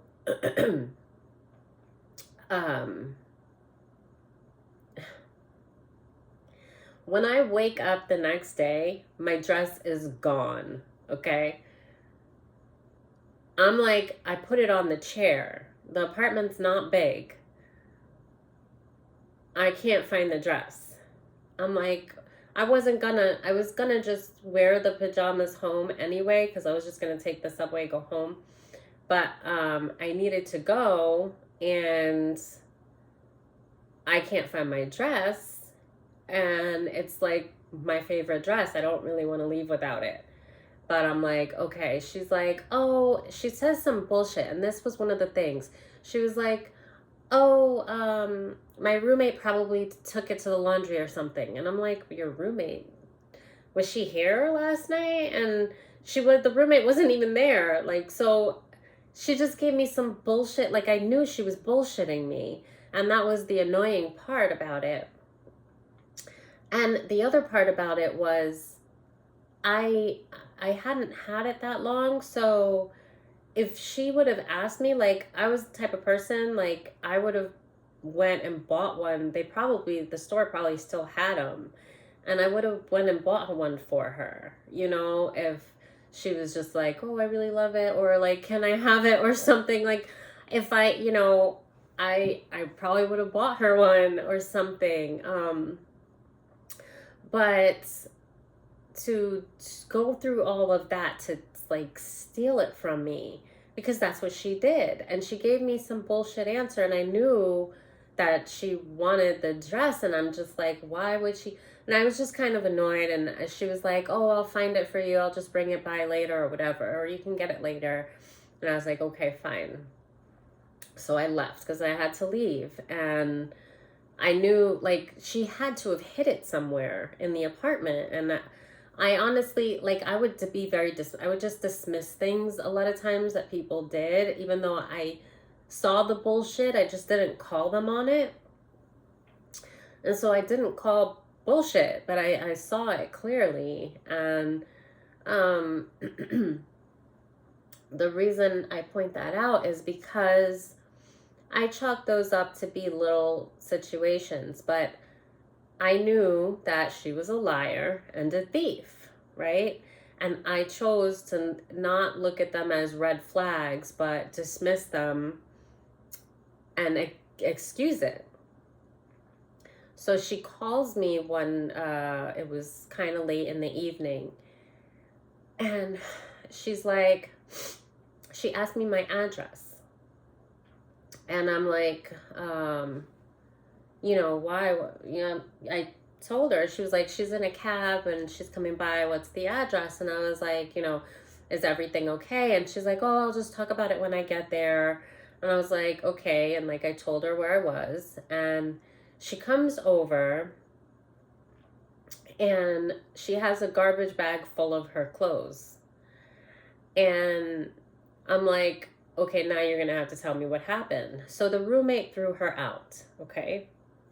So again, I know in my gut. There are so many times where Spirit would speak to me about things, and it's not that I was dismissive, but I honestly felt like I was nice. I was too nice. And I didn't want to treat people like garbage, or like, I just felt like I would make excuses for people. She had nowhere to go. She didn't have any family. She didn't have any friends, really. This roommate threw her out. I asked her why, and again, it was a bullshit response. I could tell she was lying to me. And she was like, oh, she doesn't want to talk about it. And I said in my head, Spirit showed me this is bullshit. And I said it, and then I said to myself, well, she's probably embarrassed. So I'd make these excuses. All right, she's embarrassed. She doesn't want to talk about it. But I knew what are the things that this girl would throw her out like that in the night, knowing that she has nowhere to go. That's like, you're treating this girl like garbage. Like, if you as a woman is going to throw another woman out with her having nowhere to go, that's kind of like, I'm thinking she must have done something with this girl's boyfriend, or tried to. So anyway, I just I let it go. And so she's staying here, right, at my place. And I was living with my mom. I was living in the basement at the time.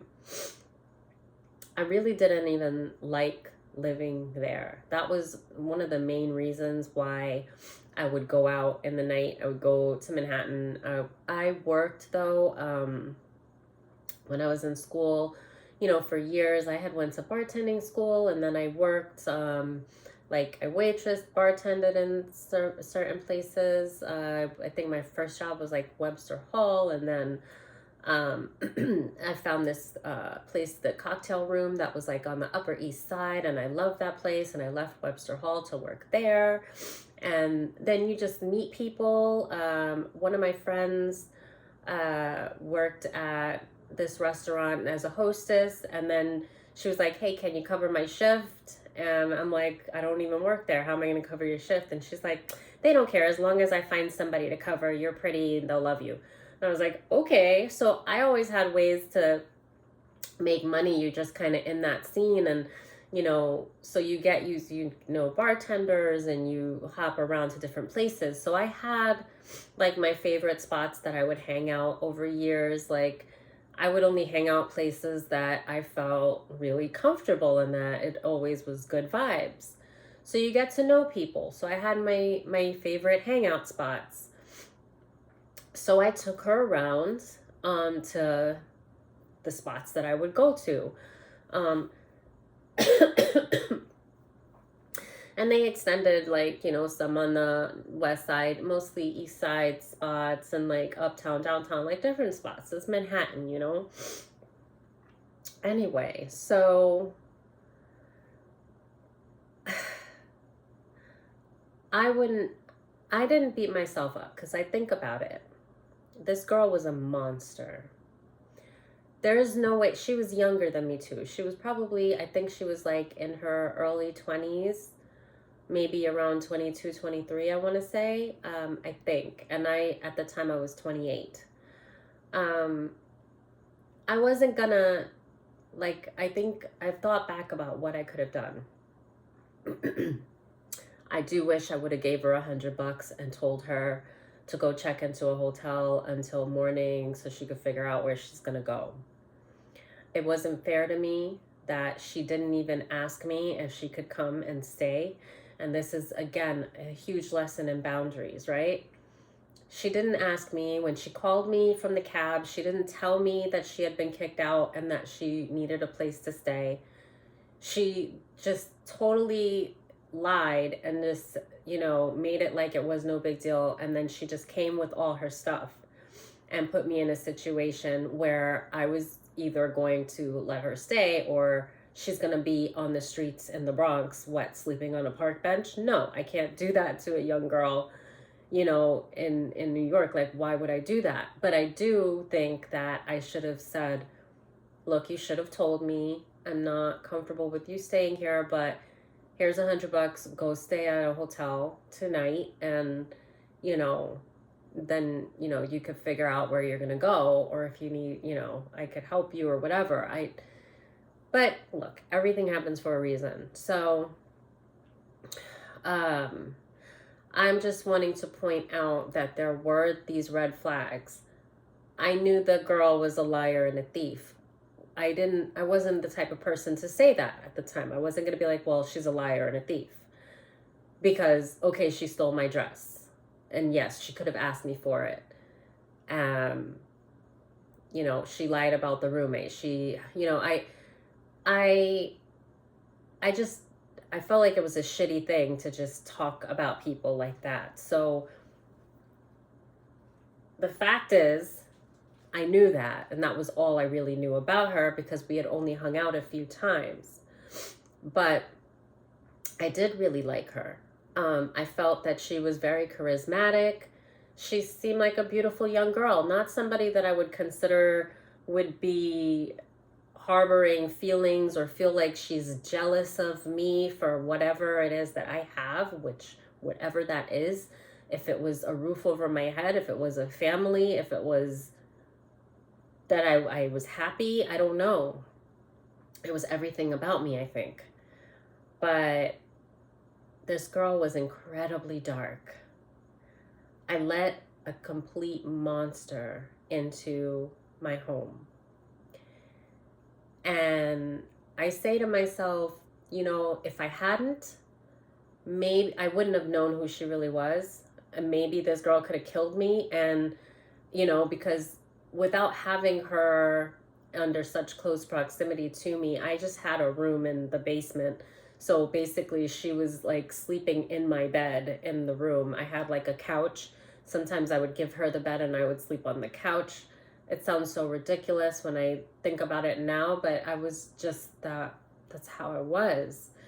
And I was just very, what's mine is yours. We're young. And I'm not thinking that this girl has mental issues. I had never met before this time any friend or anyone that had like serious mental issues.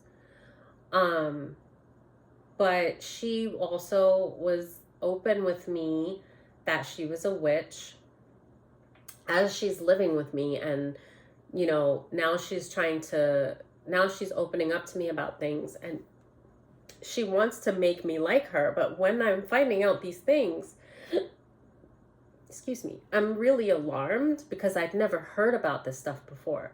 She would talk about the Kabbalah, about like Jewish magic, and about things that were really dark, and it sounded very cult-like. It sounded very like Freemasons type of Illuminati type of stuff, things that I've never heard anything about, especially at this time. I'd never heard anything about this stuff. She's young and she knew about things that I had never heard about. And she was the first person. She told me about like the blood magic that she was doing, that she also, I found out when she was living with me that she was an escort. So she would go and meet men, like, and sleep with them for money, and that's how she was getting by. But she wasn't just doing that. She had like a vial, and she showed it to me. And she would, like, when she would have her menses, she would store her blood in this vial. I'm sorry, this is very disgusting. I don't know any way to censor it. She would do that, and she showed me like this little, and she was like showing me, like she was teaching me, like telling me what to do. This is not something I would never. First of all, it was disgusting. Second, I would feel so, I could never do something like that to somebody and love myself, or like not feel pathetic. Why would I need to do that? But I wasn't getting involved with men for money either. So, because to me, if I have to do that to make someone like me, then I'm saying that I'm not worth loving, or I'm not. And then even still, like, I would rather not be loved than to have to force somebody or do some. It was so disturbing. And I just remember thinking, oh my God, what did I let into my house? And I was very naive though, but also I do think, because I know I had a lot of heavy black magic being done to me even before I met her. When I met her and she was living there with me, I felt like I was losing my mind. She put death magic on me. And there was like a lot of stuff, so I'm not going to go all into detail, but I noticed the significant things. Okay, so I noticed that she started going out without me. She wouldn't go, like, we were hanging out, and then I noticed, like, she's not coming out with me anymore. I didn't make a big deal of it. I didn't really care. But then I'm going to some of my spots that I hang out with. I'm hanging out places where people love me because it's, I'm comfortable, I'm safe, and I'm having a great time whenever I'm out. Um, all of a sudden, people are treating me really different. One of the places actually tell the bouncer, because the bouncer told me, he kind of didn't fall into it, but he was like one of the few. He told me that the bartender in that place, and it was a place that I hadn't hung out that much at. It was one of the newer places I had started hanging out at. But he said that the bartender said that I was a prostitute and that I was in there like soliciting like whatever to and I'm thinking to myself, and I'm like, that's not true. Where would he get that from? And he's like, yeah, I know, but like, he said, you're 86. There's nothing I can do. And, I let it, I was really good, I gotta tell you, at like just being like, whatever, fuck it. Because to me, it was a hole in the wall bar and there was plenty to go around. And so I didn't really need to be there. Plus, it wasn't one of the spots I hung out at for years or anything like that. But then I noticed all the spots that I had taken her to, that I went to, people were treating me differently. Even though they didn't like say that I couldn't be there, these were places where people always loved me. They showed love like I did. I was always like very outgoing and bubbly, and people were always like hugging me, and we would talk, and it was cool vibes always. And all of a sudden people are treating me really bad, and I'm thinking, so now when I'm starting to find out who she is, I'm thinking to myself, like, what? Like, clearly she was leaving without me, going to all these spots and poisoning people against me. But I'm thinking to myself, they don't know what I'm like in my waking life. I go there, I hang out, I party, whatever. So they don't really know me in my sober life either, because I'm always pretty much drinking and stuff, right? Back then. But I'm thinking, what could a person possibly say to make so many people who were always cool with me, has been around me for years, and now this girl is just popping up, and now she's saying this stuff about me? Like, I'm thinking to myself, how can it take such an effect? How can all these people really just turn on me like that? I remember thinking that, but I just let it go. And I had one good friend that was like more like closer than an acquaintance, and I loved the girl. She was very honest. She was Irish girl, beautiful, tall, blonde, and very honest. And I remember her telling me, oh, I saw so-and-so. And she sounded like there was dread in her voice, because she didn't know how to tell me the horrible things that this girl was saying about me. She sounded so disturbed. And I said to her, I already know. You don't even have to tell me. And she seemed relieved, because she sounded like she had to tell me from loyalty, and she knew it wasn't true, but it was so horrible that she couldn't even muster up the words. Like, she didn't know how to tell me something so horrible that this girl was saying. And I just, when I said that, I think I didn't even want to hear it. Like, I think I didn't even want to hear how bad it was, because I knew it was bad. And she kind of confirmed what I already knew just by the look on her face and like her voice, her tone.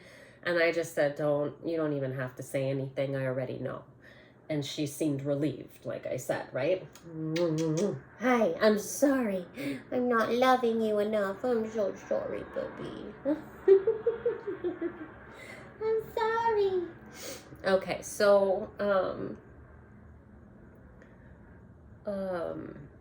so anyway, I'm remembering, it's been a long time.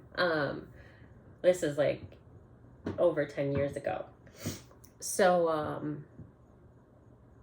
I feel like, I hope I'm not getting sick, because I don't feel sick, but I have a dry cough. My nose is kind of running. I don't have tissue. Anyway, I'm going to keep going. So now I have fur all over me. So anyway, that was that. But this girl, like, I remember she tried to get me to do this. Sorry about this, but she tried to get me to do what she was doing, and I wouldn't. But I actually couldn't even say no to her. I remember that. I remember um feeling like I couldn't say no to her, or I didn't want to make her feel weird. Like, I never said, like, what you're doing is batshit crazy. What the fuck is wrong with you? I never said that.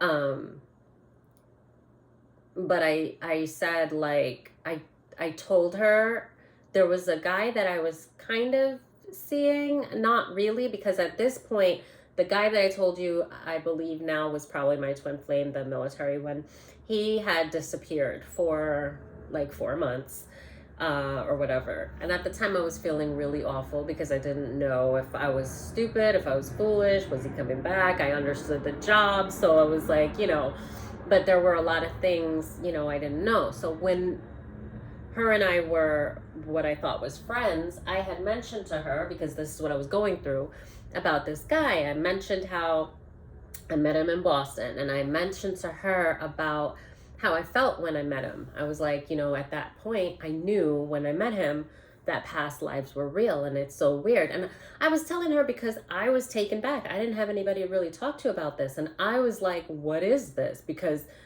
I didn't know what it was that I was experiencing, but I knew that I knew this person in another life, which means that past lives and reincarnation has to be real. And I knew that when I met him. So it was very bizarre for me to, like, I had questions. I didn't understand what this was, how to explain this. And now I think about it, and I know she knew.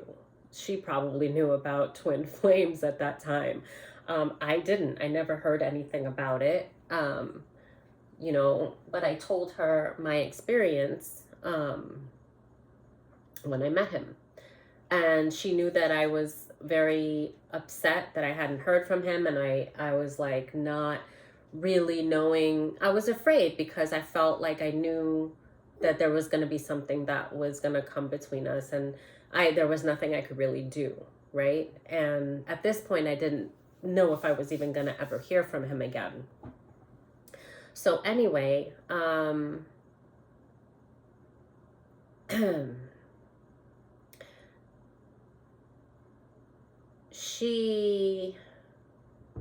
realized now, well, not now, but I've realized like years ago, years after it all happened, that she was trying to make me like her.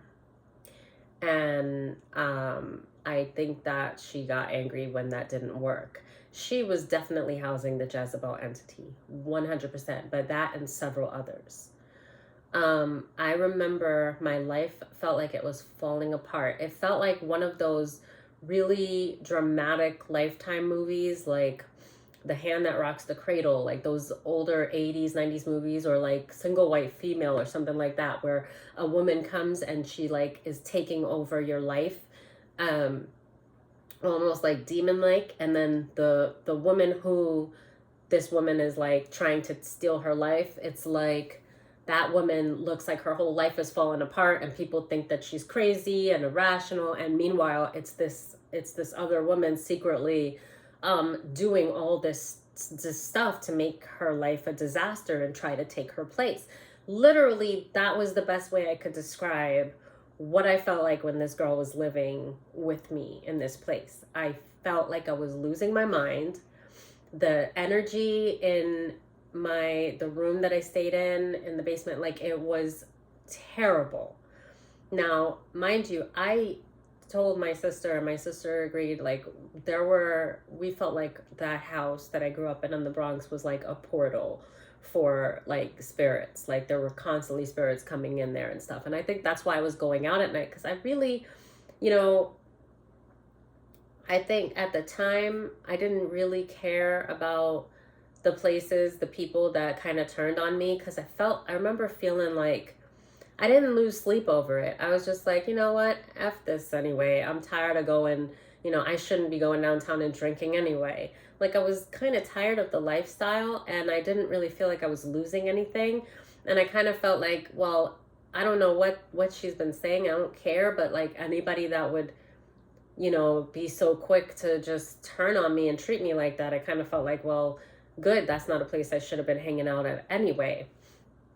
So I kind of felt done with it at that time. I remember I wasn't really stressed about it, but it was disturbing. Just the fact that every place that I had went to for years was like that. Anyway, my point with the whole, that was part of why I never really liked to stay at home, was because I did feel like that place was like a portal, and like things would follow me home. And it was just, I never really had peace at that house. So, but what I'm getting at is, when this girl was there, it was 100 times worse. I mean, I felt like I was losing my mind. Okay, so now this wasn't the first vision that I've had in my life, but I recognized that it was a vision for sure. She left. Okay. So military guy, that like, I think January, this is 2013, comes back, writes me a letter, calls me, we're talking. I'm super psyched to hear from him. And she comes home. She was out the whole night. He and I were on like Skype or something in the morning. When she came home, and I was like, oh, it's so-and-so. She was like, oh, she couldn't even hide it. She starts packing her things. And she's like, oh, I'm gonna go to Virginia. I'm gonna go home or whatever. And I was like, now? Like, you haven't even slept. You've been out all night. Like, why don't you sleep? But you're gonna just buy a plane ticket? And she was like, yeah, I just have to go. And I could tell she was really upset. And he and I were kind of just, I was happy to see him and talk to him. And she sees us like kind of looking at each other, and she's like, oh, you guys, and she's like packing her stuff. And I remember at that time, Spirit was like, pay attention. And again, and I found stillness and I paid attention. No, ma'am, get down. She's trying to knock the TV over.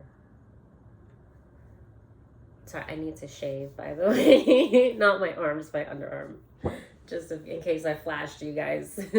I want to like do the wax, so I'm gonna go pretty soon, and that's why I haven't shaved, because I want to just wax it. Bella, no, I'm sorry, I have to get her down. Yeah, now you get down. You're so bad sometimes.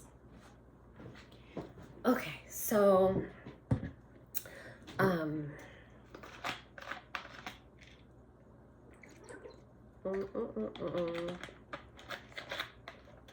just wanted to tell you guys, like, the domino effect of how one thing can lead to another, and how it's so important not to second guess yourself, and how it's so important to have boundaries, and to speak up, and not to be afraid to like offend someone. I mean, honestly, when that girl packed her stuff and then got a ticket so quickly, I should have told her, hey, look, wherever you're going, if you have somewhere to go, don't come back. That's what I should have told her. Because at this point, the girl, like, I had no peace. This was the worst. Like, I found out some really dark things about her, and I didn't know how to get her to leave. And I felt like I couldn't ask her to leave. But I also know that she had access to all my personal things. So I'm 100% sure she was doing magic on me, and it would have worked, because I mean, I was drinking, I was in low vibrational, like there was trauma that I hadn't dealt. There was so many things, And I already was under spiritual warfare for years before this. It was just so much worse when she was there. I had never really felt like I was losing my mind. And I literally felt like I was losing my mind. It was just dark. The energy in my room was so freaking dark. And I wanted out. I couldn't stay there. And, but I noticed, Spirit told me to pay attention, and I did. And I know now that whoever she went, when she went back to Virginia, whoever taught her, whether it was her mother, an aunt, both, she went to somebody that taught her all the shit that she knew and was doing. All that black magic, hoodoo, voodoo shit that she was doing, she was taught by someone. And she ran to that person and she immediately started to do stuff on that relationship that I was trying to build with this person. Not just that, but on me as well. She actually put straight up death magic on me. Okay, I remember she came back and then she left again. And when she left, I mean, I was a zombie. I was going out. I think I was working in the city, and I was still going out, and I would feel like something was literally like death was following me. I would hear the footsteps. It was on my left side. I would see the shadow out of my peripheral vision.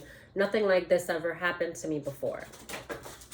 It was like a tall, dark, like a man, but like it was dark. The energy was really dark.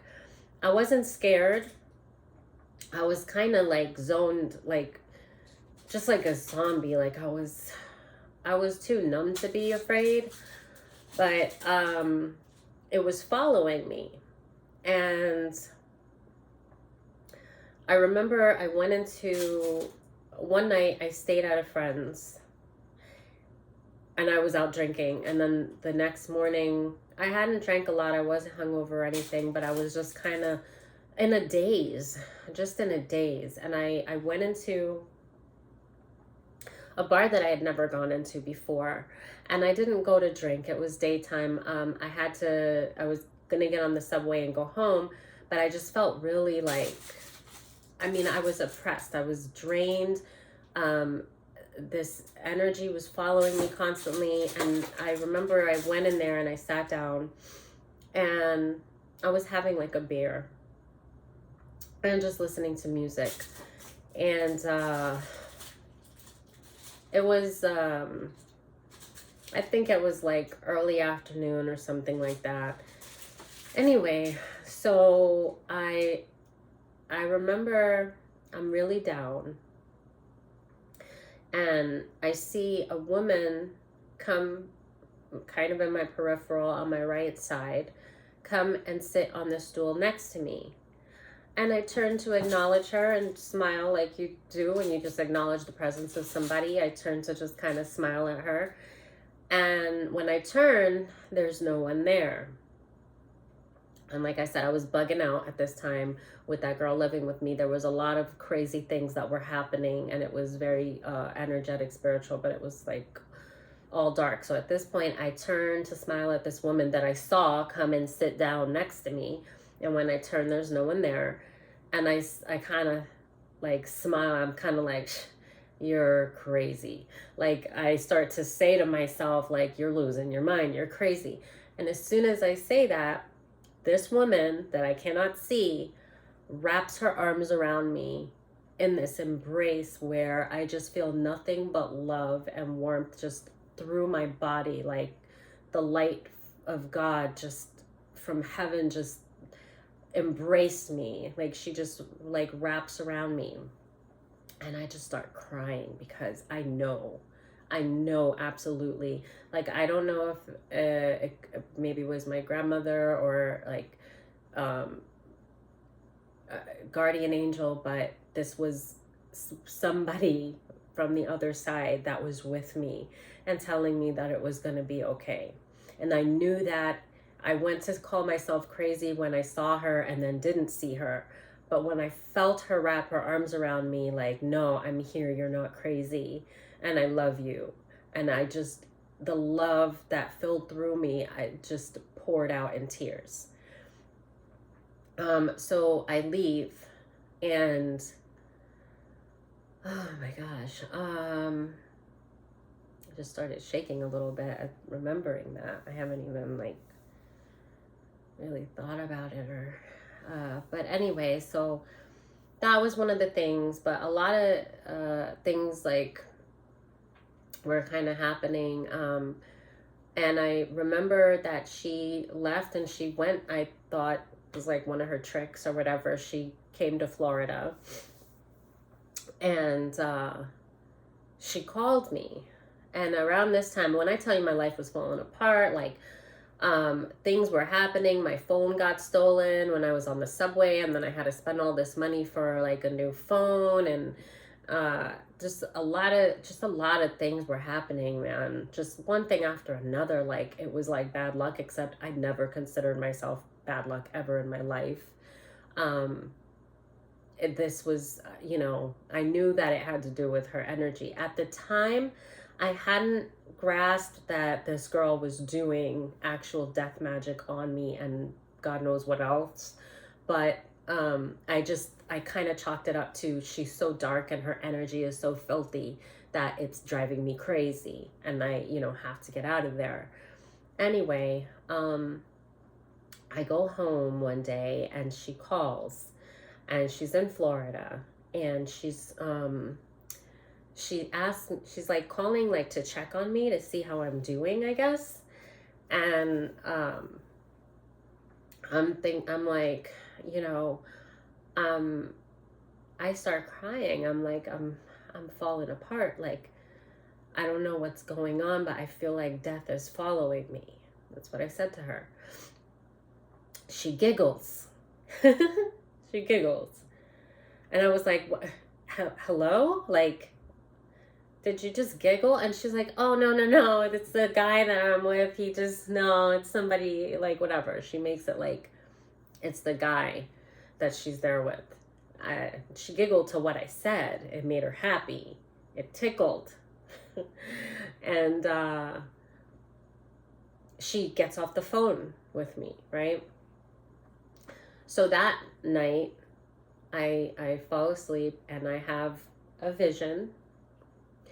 And the vision is a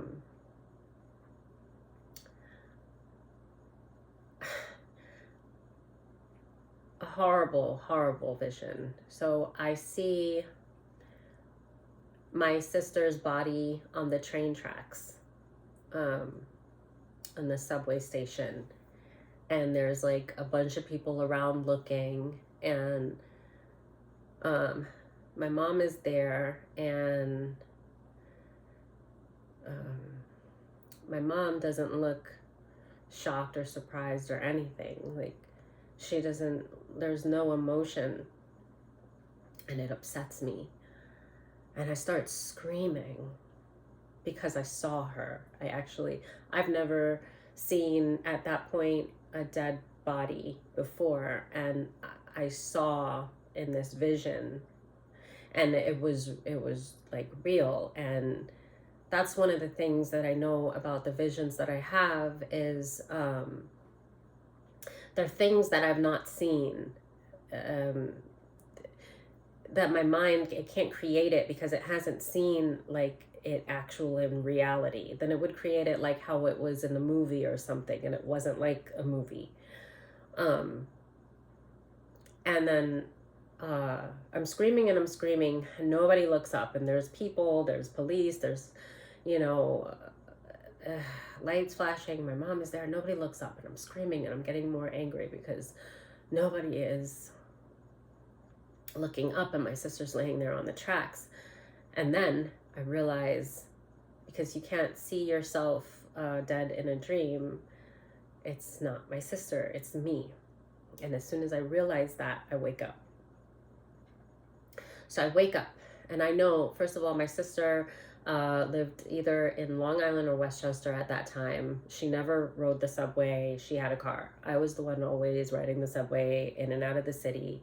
Like, and I just knew, because it wasn't a dream, it was a vision. And that was me. So when I wake up, I'm really calm, but I know I just saw a vision of my own death.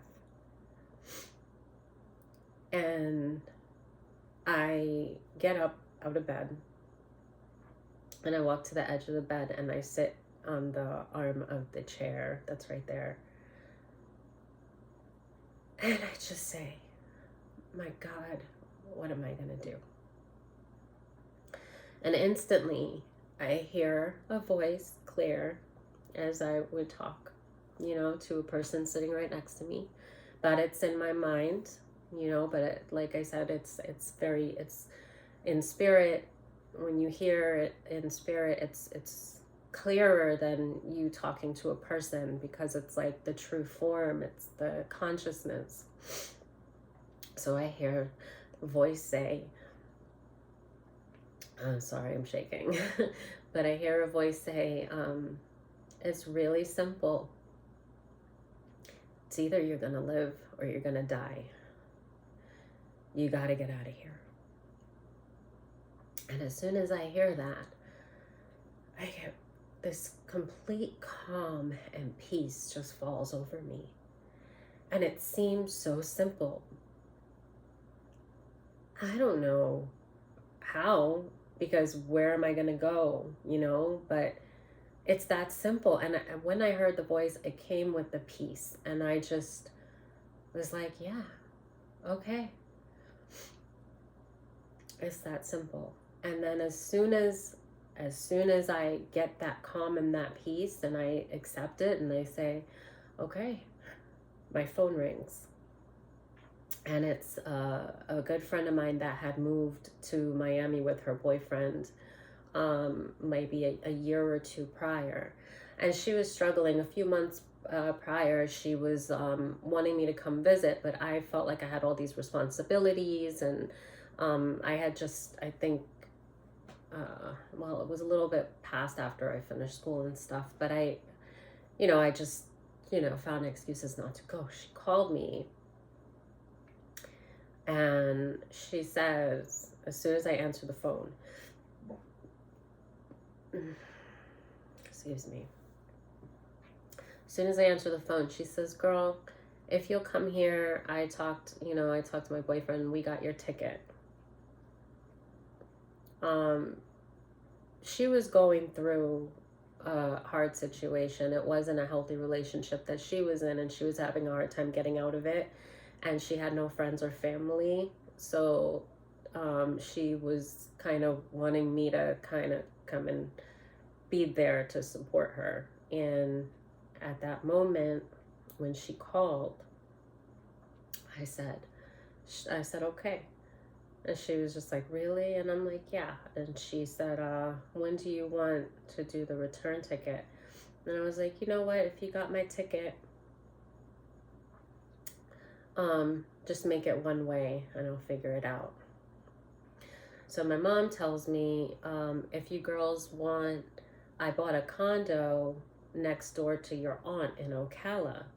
So, because she knew I was going to be going to Miami. So she knew that my friend wanted to get out of that relationship, and she was just kind of like, it needs some work, but if you guys want to go there, you can do that. So I figured that was probably what I was going to do, because I had to get out. And literally, as soon as Spirit said that to me, my phone rang, and that was my out, right? So you're going to live or you're going to die. You got to get out of here. So the next day, she bought the ticket for me to go the next day. I packed one suitcase and I flew to Miami. When I landed in Miami, the girl, the freaking psychopath, she calls me and she's like, I tell her, she actually just weirdly just landed She just got back to New York at that time. So she had left Florida and just got back to the house right when I landed in Miami. And she was like, "Where are you?" And I was like, "Oh, I just, landed in Miami. I'm with," and the first thing she said was, "How did you get the money?" And like I told you, my money was just going, like things kept happening.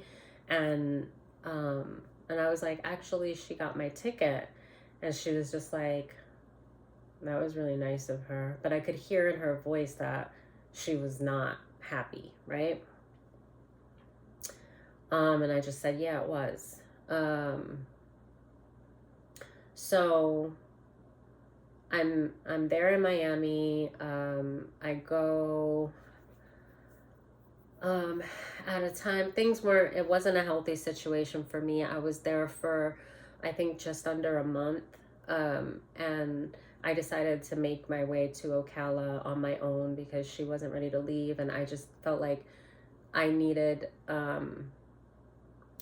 the space to like kind of figure things out. And I had to do that on my own. So I just decided I was going to go to Ocala on my own. And I also found out like her boyfriend was drugging her, and he was doing a lot of things to control her, and it was just the kind of thing that I couldn't be there and like pretend to get along with him knowing that he was doing these things to her. It was a very abusive relationship, and it wasn't a place for me. And I was there for her if she wanted to leave, but I wasn't. I just thought it's, definitely with what I was going through, it wasn't the situation. I needed stability. And I just needed to feel safe. So I went to Ocala, and shortly after I get to Ocala, like the first couple of weeks that I was there, I'm getting these calls. Now, I forgot to tell you, at one point, we were like goofing. She said that she wanted me to take pictures of her for, her guys or whatever, like sexy photos of her. And being girls, this is before I really found out about all the witchcraft that she was doing and things like that, and all the dark stuff that she was into. Before that, we were goofing, and I took pictures in my underwear, and I just thought, well, we'll delete them. She took the worst photos that she could of me, right? And then she was like, "Oh, it's not a good one." And I was like, she's like, "It's not a good one, I'm gonna delete it," or whatever. I don't know how many she took, but she never showed me any of them. And she didn't I felt a way like I probably should have done something sneaky and stole her phone when she was sleeping and searched through it to make sure the pictures were gone. But at that time, like I told you, I just didn't know that how crazy she was. And I never was a person that really took kind of nude photos. I wasn't nude, I was in underwear, but still, I didn't really do that. And there are things I wouldn't do, but I would picture like a guy doing something like that to you. So I would have been more cautious with a male than with the girl. But I do remember it being weird when I asked her for me to see them, and she was just like, "Oh no, they're bad, I'm going to just delete it." And I never saw any of the ones that she took.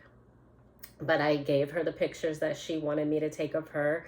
And then I just, with everything else that was going on, I kind of forgot about it because it's pictures, and I still couldn't have thought, what was going to take place. But when I got to Ocala, for the first few weeks that I was in Ocala, I was getting calls from strange men. And I had a gut feeling, but I had other things that was going on. Sometimes I just didn't feed into things because what can I do, right? I remember her calling me. The last time that I spoke to her was around when I got to Ocala, and what she called me and asked me, she barked at me and asked me had I spoken to the guy in the military. And I told her, no, I haven't heard from him at that time, it was like a few weeks. And she goes, oh, okay. And she hangs up on me. And I'm like, I just kind of laugh, because honestly, I was thinking at that time, I'm so fucking glad that I got away from this crazy psychopath, right? I saw her as a parasite. I couldn't believe I let something like that into my house. I willingly let her in. I didn't,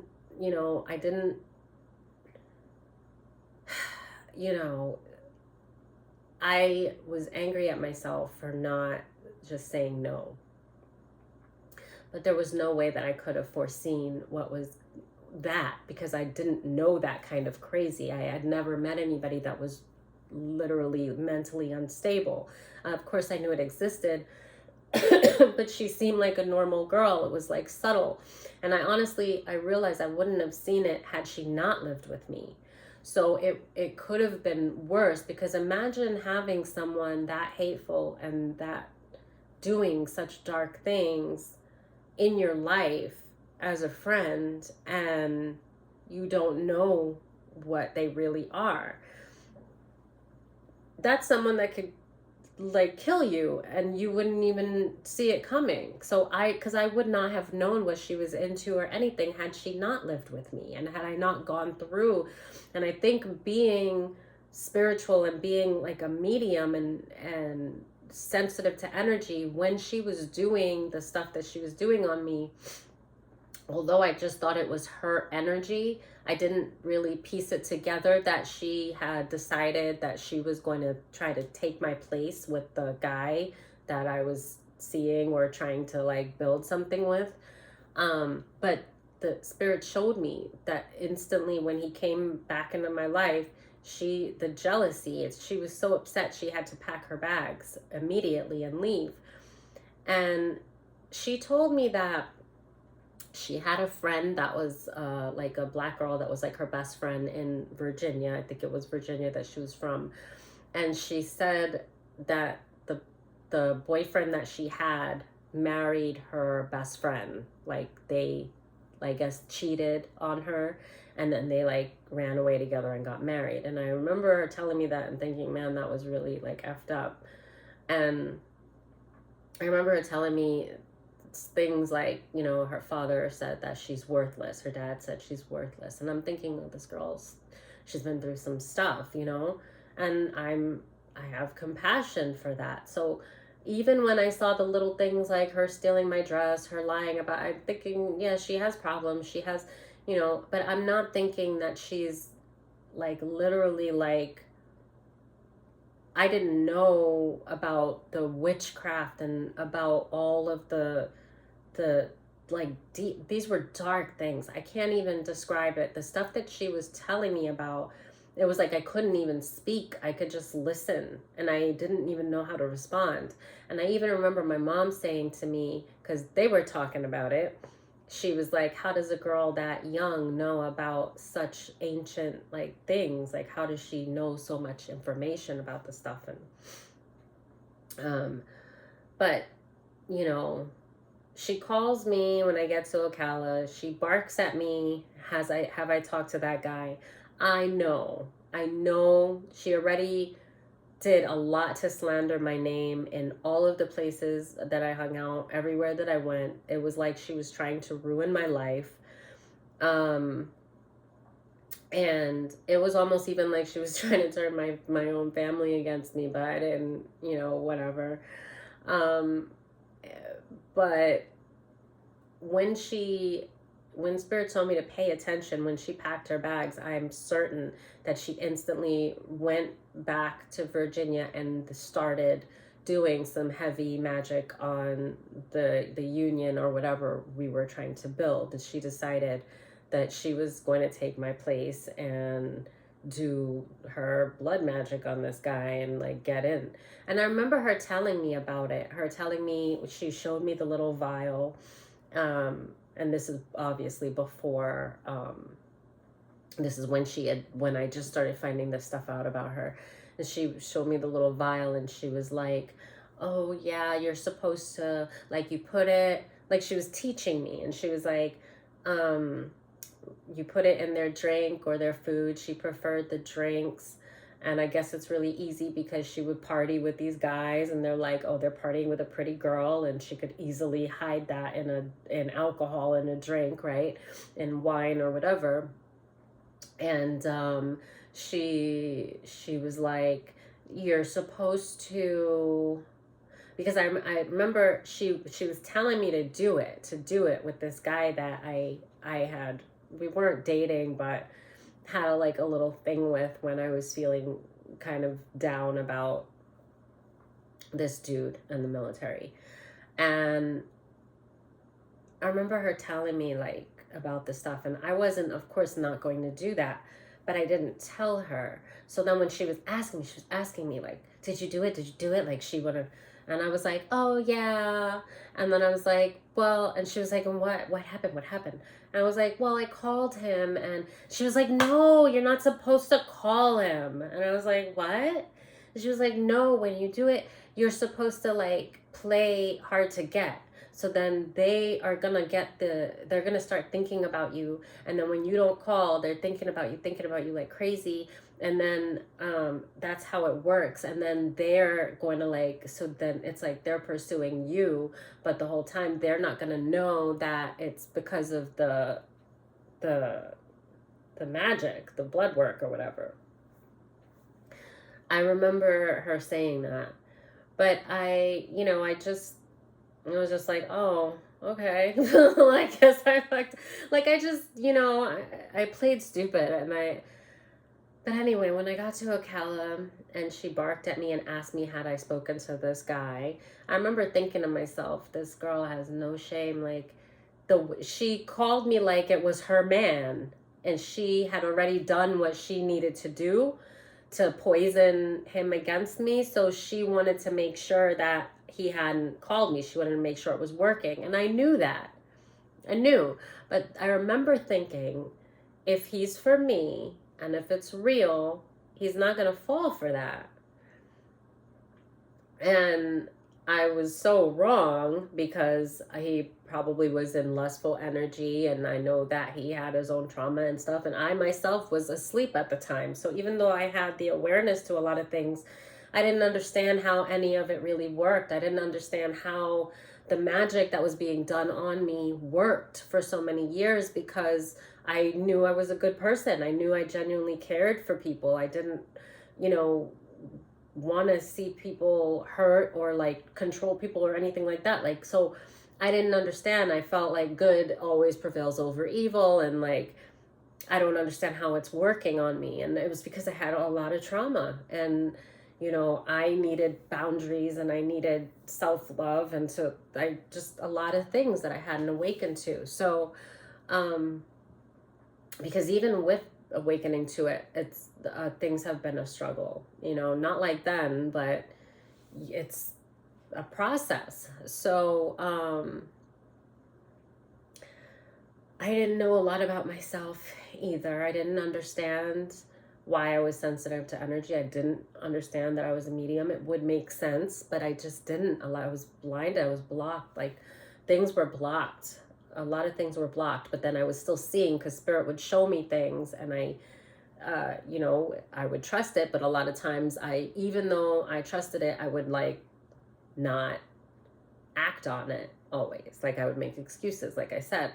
So anyway, I'm getting these calls from like strange guys, and I know in my gut, I know, but I don't face it. Because what am I going to do? Sometimes I just had this feeling like, let it go. You can't. I remember feeling like whatever it is, you just have to get through it, because you're so lucky that you got out. I remember just being so happy that I was away from her.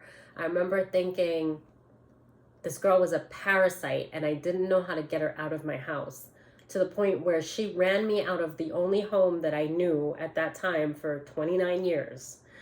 And I was just like, I felt grateful. I knew I had that vision, and I knew, I was like, I'm just gonna start over.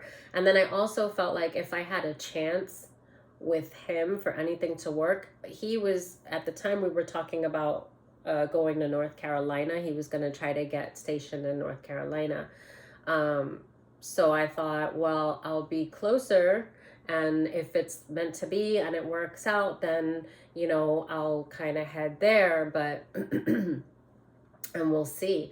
But at the same time, I knew, of course, I knew that she had intent. I knew what she intended to do. But I kind of felt like I didn't, because when I saw him in his awakened state. I didn't think that he would fall for it. But I didn't recognize at that time that that was like a gift. Like I could see people like where them at their highest vibration, but it didn't mean that that's where they were. And so it was just confusing for me. But I remember thinking, if he goes with her and fell for that, then I was wrong, and he's not who I thought. And even still, I felt like he would deserve better than that, because I knew what she was into, and I was very disgusted by it. And but he ghosted me. He completely ghosted me, and I didn't understand. I didn't think he would. I thought that no matter what she would have said to him, he would have confronted me about it. I thought that. I really did. And I don't know. I do remember I was torn up about it. And at one, I don't think it was until like 2 years later, my mother had a way of doing things to like break my heart. It was like she was trying to open my wounds, reopen wounds. It was weird because this girl continued to live at the house for, I think, at least a year after that. And my mother waited for 2 years. And when she saw that I was getting over this guy and like how he ghosted me and stuff, she said to me that the neighbor said this girl had moved out, and that she was like banging on the door in the night, and the neighbor was like told her that my mom wasn't there, and she was like, oh, I used to live here, and I had gotten married, and I just, I wanted to let her know. So to me, when my mother told me this, I'm just kind of like, oh, okay. And I feel her looking at me, and she wants me to say something. And I'm just like, oh, well, that's okay. I don't like, that's weird that she would come to your place in the night and da da da da. After like a year, she had left for like a year, I think, or something like that. But anyway, she goes, well, I wonder if she married. She says the guy's name that was from the military. So I said, so-and-so wouldn't marry her. And then in the same breath, I remember what she was doing. And it was almost like I heard a voice that said, remember, the way that you saw her is not what she was going to show him. Like, I kind of like showed me like quickly as I said that, it was like I saw that there's no way he would have been able to know her, because she was going to hide that. But then I kind of said to myself, even if that was the case, you can't hide that kind of monster. It's only a matter of time. And I felt badly for him, because I just thought it was a disgusting thing to do to me. I just felt like I just looked at her as a parasite, because I just thought that's what it just seemed like, a very parasitic type of thing to do, to like, it's sick, right? And so I remember saying in the same breath after I was like, he wouldn't marry her. I was like, well, and if he did, then, I feel like God be with him, but like, what do you want me to do or whatever? But it's bizarre. It's bizarre the turn, like the events that took place, like this kinds of stuff. To me, I'm like, does this happen? Like, this sounds like something from like a bad movie, like one of those exaggerated Lifetime movies, literally. And I'm thinking to myself, like, this happens in real life to people. So there were a lot of things. It was like another time. It was just there were so many things that I would have to like get into to connect everything to you, but I kind of wanted to share that because I know that one thing I've seen that as far as the collective, that we have, a lot of us, this pretty similar situations, even if the story's different. A lot of the things are very similar in what we go through, and while we're on this healing journey and awakening to things. And I just, for anyone that whatever this does, because I definitely felt guided to talk about it, I haven't wanted to, because it's, I mean, even hearing myself talk about it, it sounds crazy. And I know that it's not. I know that this is a real thing that happened, and I can't even tell you it in a way to like tell you every single thing, because there was so much craziness, right? And so many things connect with another thing, and when you go through like an awakening, and then you have so many answers to so many holes that were in your life. And I do remember that I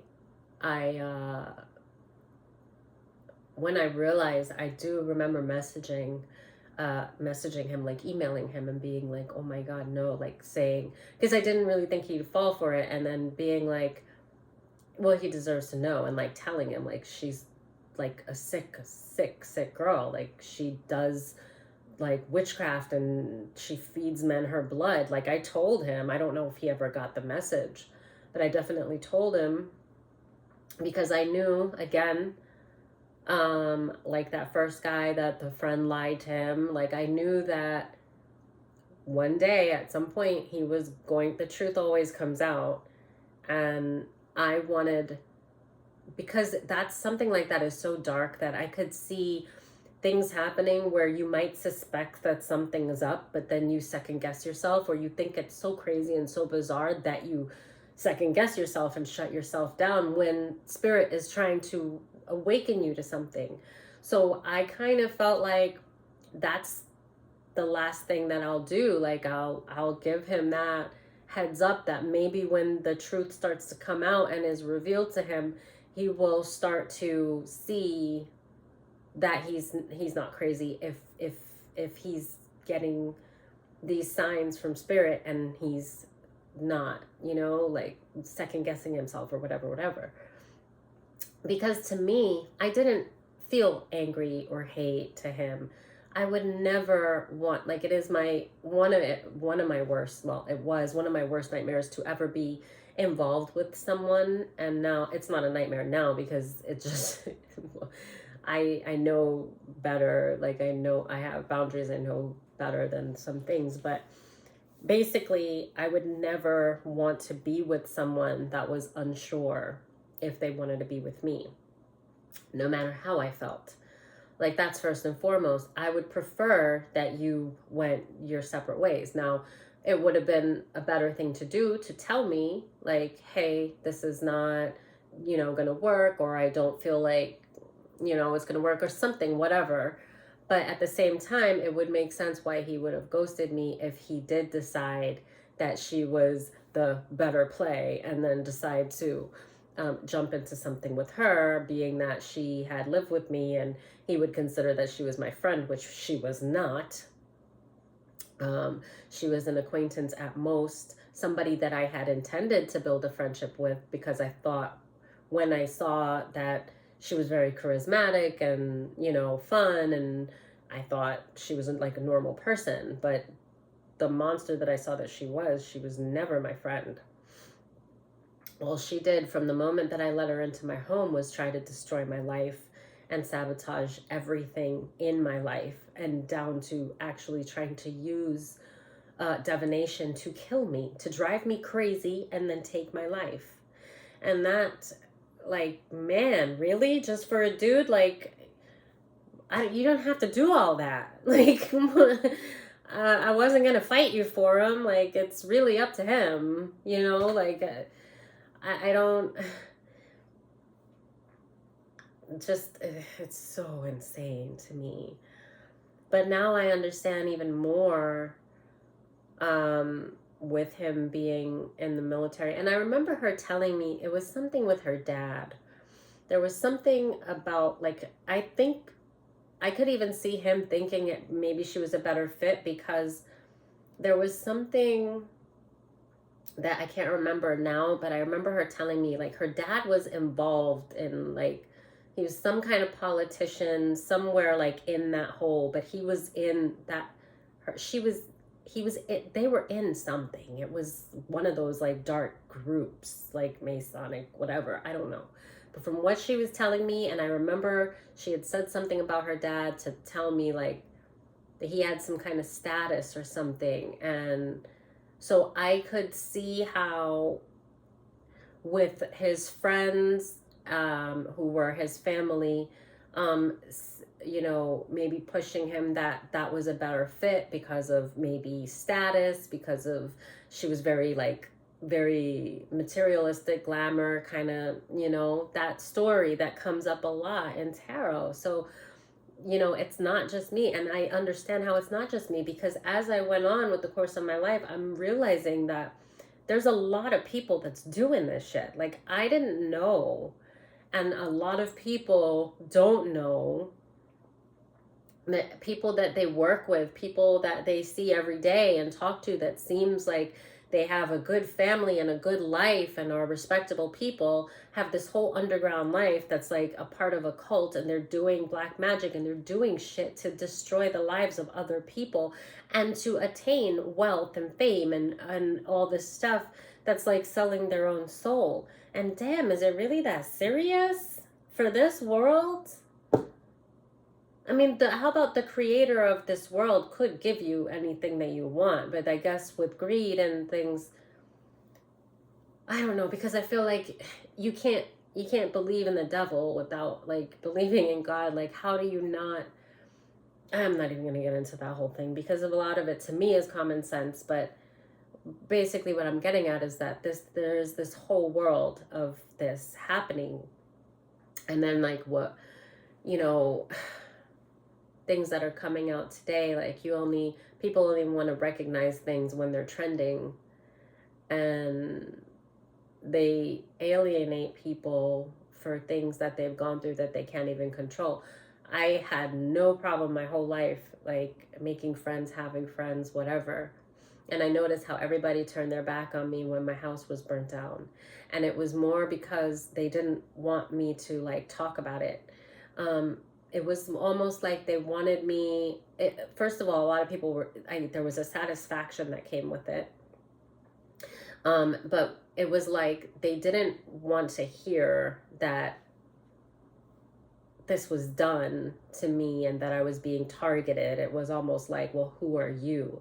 And that shit is so insulting, because now you're going to tell me I'm not worth trying to kill, basically.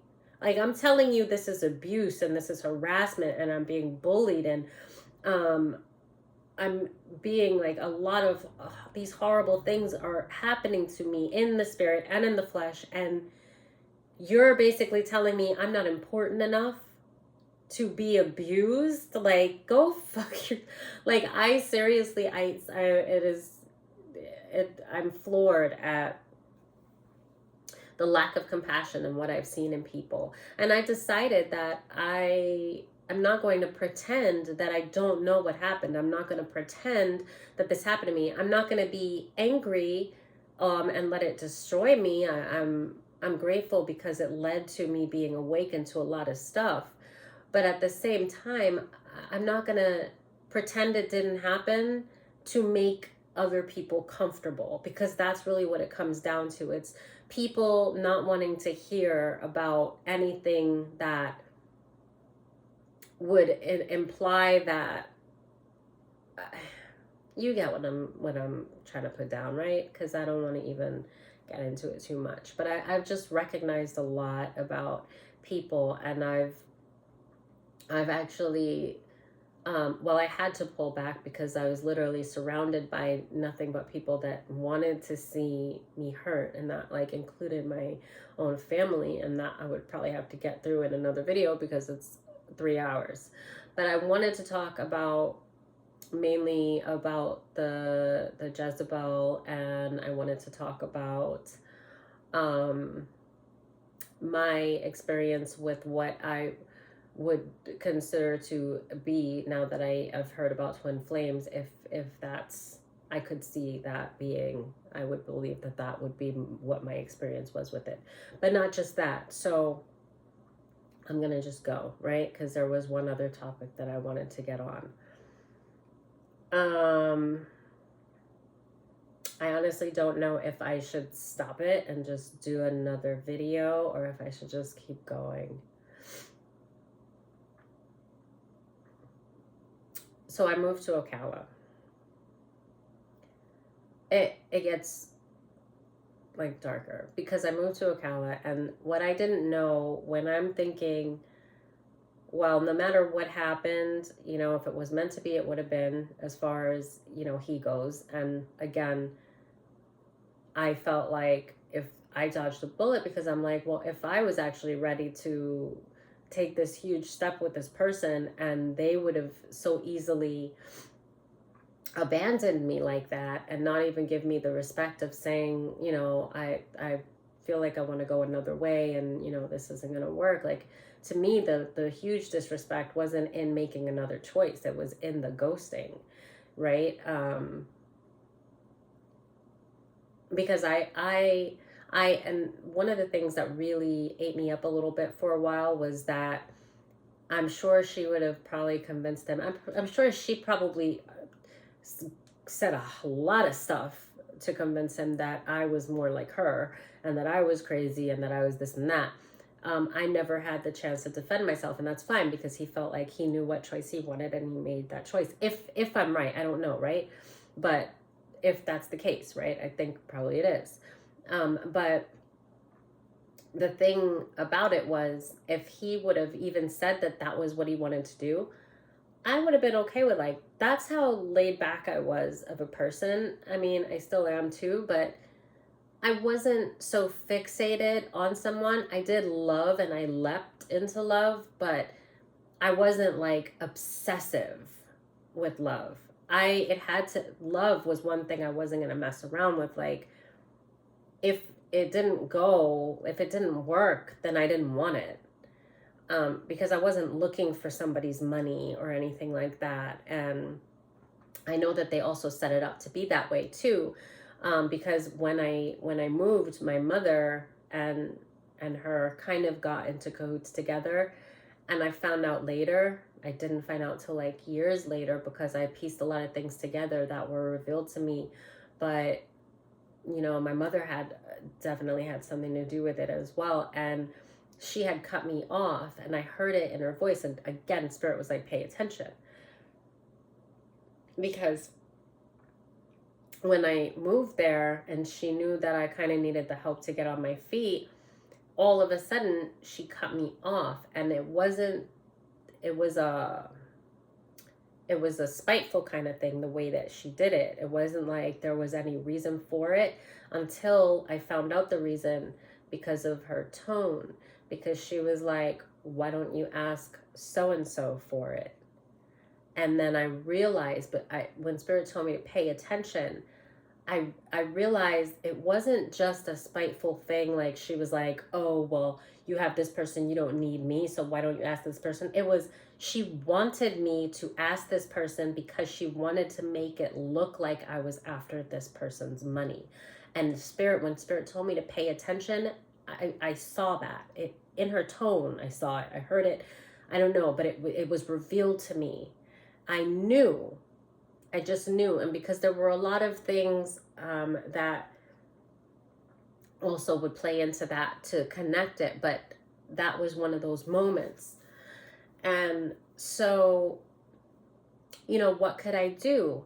But I had these strange men calling my phone for about like 3 weeks when I first moved to Ocala. And I knew again too. And I decided to move on. I'm like, at least she's not in my life. At least I got rid of what was a parasite, because I really saw her that way. And I remember even thinking, if she ended up with that guy, I felt bad for him, but at least, it wasn't my fault, and at least I didn't have a parasite. Like, that's kind of how I felt. And I did feel bothered because I felt like when I reached out and I was trying to help, he probably would have seen it as I was like jealous of her or something like that. And that made me sick to my stomach, because I could never be jealous of a girl like that. I didn't even see her as a girl. Once I knew what she was and what she was capable of, she was just like literally like a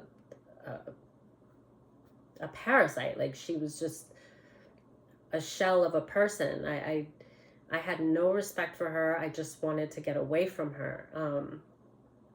So I remember just thinking with everything, I kept going back to that. I was like, listen, especially because I saw a premonition of my own death. And I realized a lot that was going on. And it was so disturbing that I couldn't play it over and over in my head. I just let it go. Like, I was guided, let it go and keep going forward. And that's what I did. And I grieved. I did what I had to do to like pick up the pieces of, the hurt that I felt at the things that were happening. But I also, like I told you, I knew that this time with this person, it was going to be bad. I knew something was going to tear us apart, and I knew that it was going to be bad. And I had no idea how it was going to come. And now I understood why that anxiety, and why, because this was freaking bad, And then I found out years after that she had posted those pictures that she took of me. She posted them on a website for hooking. And I only saw, I don't know how many, I saw one. And the reason I saw was because an ex that I had contacted years later. And I said something, I think I had a moment, and I was just thinking about my life, and I reached out to really best wishes, and like, because it was one of those, it was the 5-year relationship that shouldn't have gone more than 6 months. And it was one of those, like, I never like leaving things bad when I was at that point. Now I don't give a shit how it's left. If it's not for me, then it's not for me. But at that time, I always wanted to like mend things. Like, even though we're not together, I'm good with that, but I hated to leave things bad, right? So anyway, I had reached out, and this person was also somebody that was unhealed and would say things that were hurtful because he didn't want me to get over him. So if I tried to be like, if I tried to get closure in a way that was like, glad that you're okay, like, then this person would say something to like be kind of effed up. This is not the military person. This is somebody from my past. This was like the first relationship that I actually had, right? So anyway, not a big deal. But I found out about the pictures because out of spite, he sent it to me to basically say, oh, well, I know you're a whore. And I was like, I freaked out. And I called him, and I was so upset. And let me tell you, this girl, she took the worst. Look, the pictures look bad, but even my body is completely different, thank God, than it was then. But even then, I did not look that bad, okay? She she took the worst pictures of me that I've ever seen of me in my life. She made them look as bad as possible, angle wise, everything, right? So I was even more devastated because the picture looked awful. And he sent me that, and I called, and I'm just like, how could you not tell me about this? Where did you get that picture? And he's like, I don't know, somebody sent it to me a while ago. And I'm thinking, somebody sent that to you a while ago, and for years, that was years ago, and you kept it, and you didn't tell me. You knew me for 5 years. You knew that I was not that. You knew that somebody did that to be effed up. And you didn't call me and give me the heads up no matter what. Like, I just felt like, damn, loyalty. Nobody freaking has it. Because no matter what happens between me and a person, if I was in his shoes and something like that happened, I'd have been like, hey, look, I don't know if you know, but I don't know who this is, but they have this of you and they're sending this. And I hope you're not really doing this. Like, I would think you're better than that or something like that. You know what I mean? But I was just like, I was so upset. And I was like, I knew though. I knew when I was getting strange calls from those men, when I first moved to Ocala, I knew that I got it, and I got it in the pit of my gut. And then I was like, what are you going to do? Let it go. You got to just move forward, let it go. At least you're not in New York anymore. At least you are not, you know, you're not in that horrible situation anymore, and you're not dead, right? So that's what I remember that. So, but seeing that picture, seeing how bad it looked, and then seeing that she sent it to the first guy that I'd ever really been in a relationship with, and then that made me realize I know exactly what she did. She went through my phone while I was asleep, because I always had my phone on me. So the only time she would have had access to it was while I was asleep. My mother had also told me that she told her, I have her information, and I'm gonna call this person from the military and tell them da da da da about her. My mother didn't tell me that until years after. I'm like, why wouldn't you tell me that when you saw that he ghosted me and I didn't know what was happening? But I did know. Anyway, so this is so crazy. I'm like, even trying to explain it, it sounds freaking mad. So yeah, so she, what she did was, while I was sleeping, at some point, she went through all of my contacts, and she contacted all of the men in my contacts, maybe women too, who knows.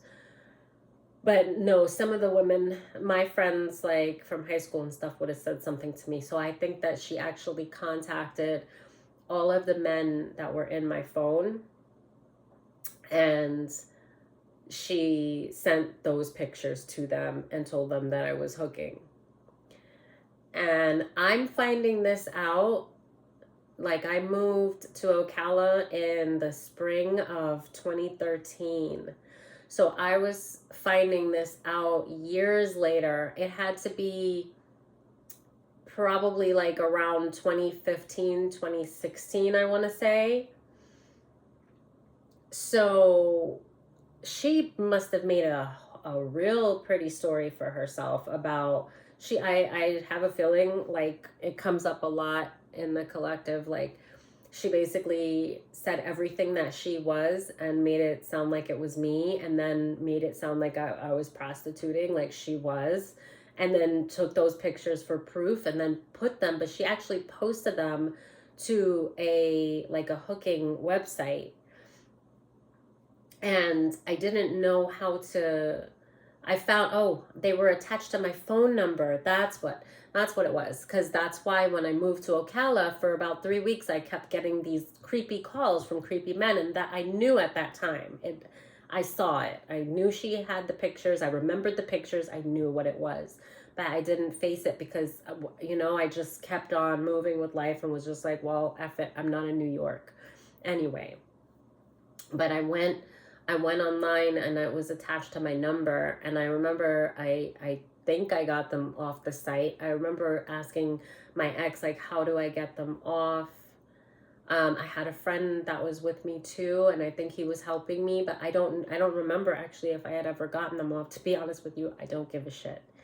I don't anymore. I just don't care about those kinds of things. I think there are just worse things in the world, and I think that it's just, you're such a fucking slimy human being to go through those lengths to set somebody up to steal a person that they is never, and people don't belong to people. So like, you didn't have to go through all of that. Like, I guess you did, or you felt like you did, but it was so much more. And this is a girl that I let into my home to help her because she had no family or friends. She was kicked out on the street by her roommate, who I'm sure it was warranted. And she didn't give me a choice, really. I mean, you have a choice. I could have just said no, but I'm like, I don't want to get her to be like, raped or something. I'm sorry for anybody that triggers, but like, that's what I'm thinking. She's a young girl. She came to my house. It's nighttime. It's the Bronx. I mean, I was in northern Bronx, but like, literally, what was she gonna do?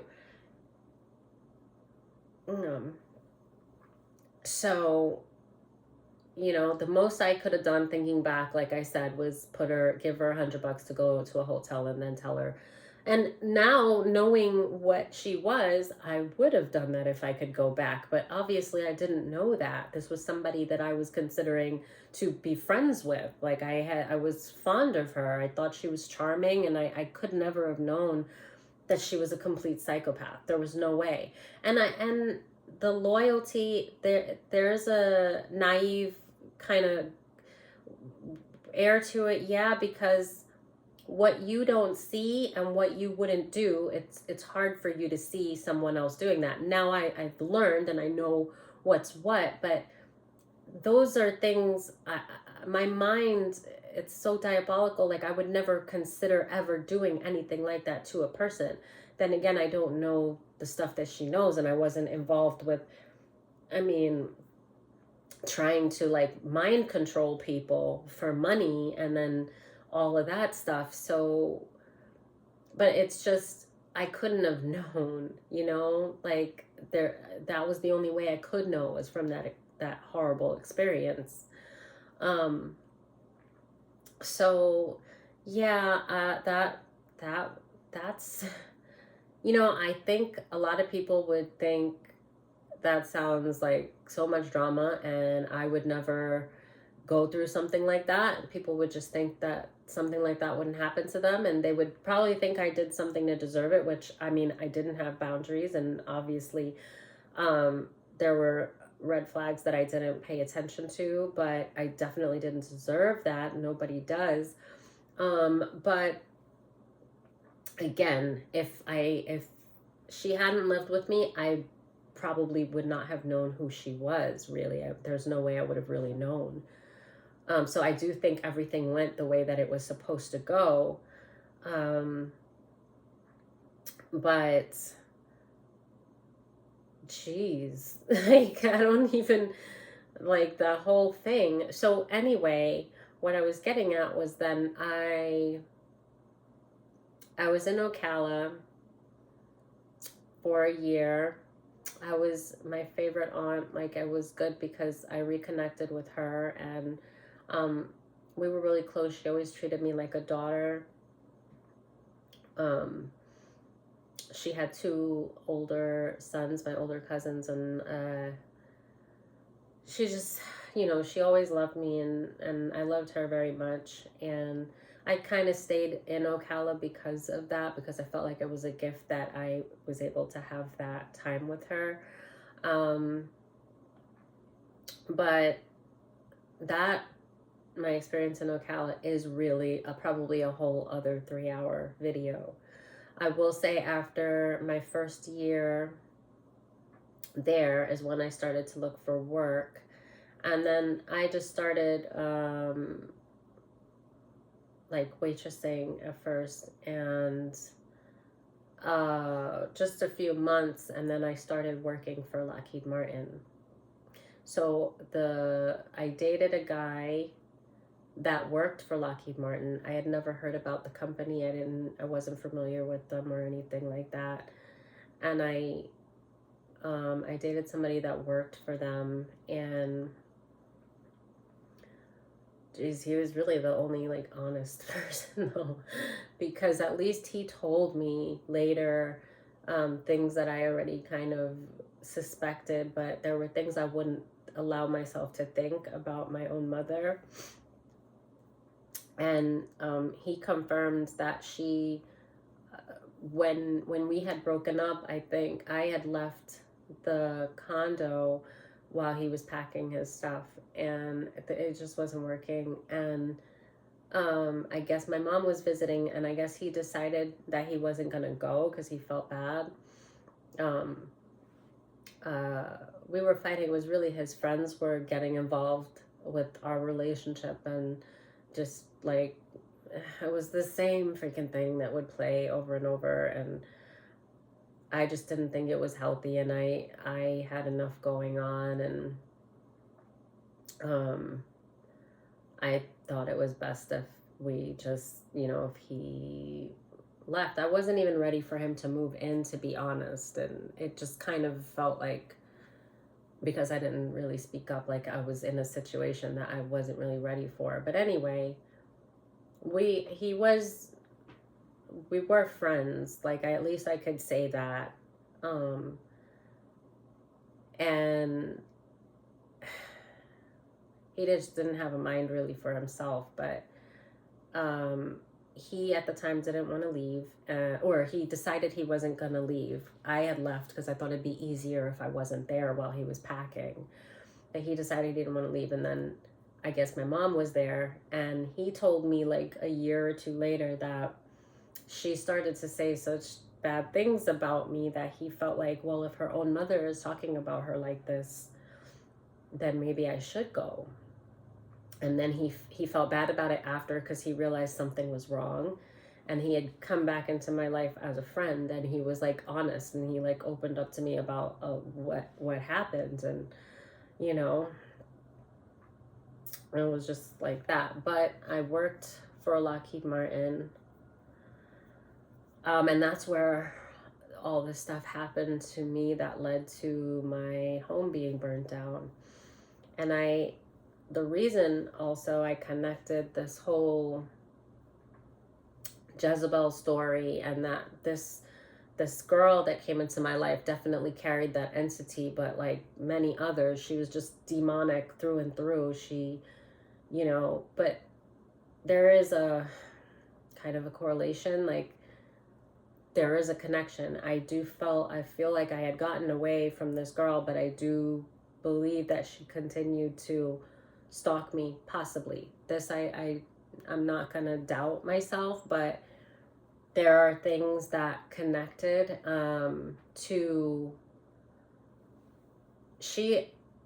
Okay, I've met two of the most horrible people that I've known in my life, is her, and then the guy version of her, which I later met in working for Lockheed. So I'm going to leave it there because my back is extremely in pain. And then I'm just going to, it's been 3 hours. Oh my goodness. And then I'm going to just maybe try and separate that, because I wouldn't even know how to begin to talk about all of that. Okay. Thank you. I'm sorry. I mean, I don't even know why I'm sorry, but I hope this is clear. I'm not even sure if I'm going to post it. But I haven't really wanted to talk about this stuff because I just kind of put it behind me and move forward. But if I'm on this channel to help people, and if this is a story, it's something so bizarre and to go through and so horrible, and one thing connects to the next, to the next, to the next. And I'm realizing that in the collective, a lot of us are going through some really awful, horrible, surreal, just, things that it's hard to even believe. And I just don't want people to second guess themselves, and I don't want people to feel alone either, because when you're in your world, in your environment, and you're going through these kinds of things, a lot of times there's just self-doubt, And because you feel like everybody can't be wrong, and you don't realize that you can actually be in like a karmic community and not know it. And you don't, you know, you can second guess yourself really easily, and that could cause your life. Um, there are so many instances that could have cost me my life because I was so blind to so many things. And even the things that I was not blind to didn't make sense. So I didn't know how to fully trust it. But when I did always act on my instincts and my intuition, a lot of times it did save my life. And I'm sure there's many times that I'm not even aware of, like, that it saved my life, So I think that the stuff that I went through is at at least, I mean, it is real, and I know other people are going through these kinds of things, and it wouldn't be fair for me to just really be rescued from it by a crap ton of miracles, and God carried me through and opening my eyes, and for me to just keep it to myself when it's a miracle that I'm even alive today. It's not fair for me to keep it to myself. And I think a lot of it has been me not wanting to say it because it's awful, and it makes me cringe to talk about it, to be quite honest.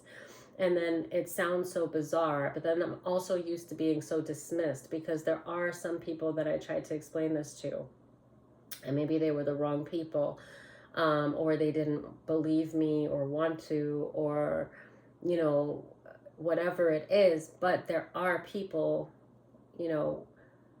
that might need to hear this, or that might be going through something like this and be second guessing themselves. And I don't need to know the reason. I know that we have testimonies because they're meant to help others.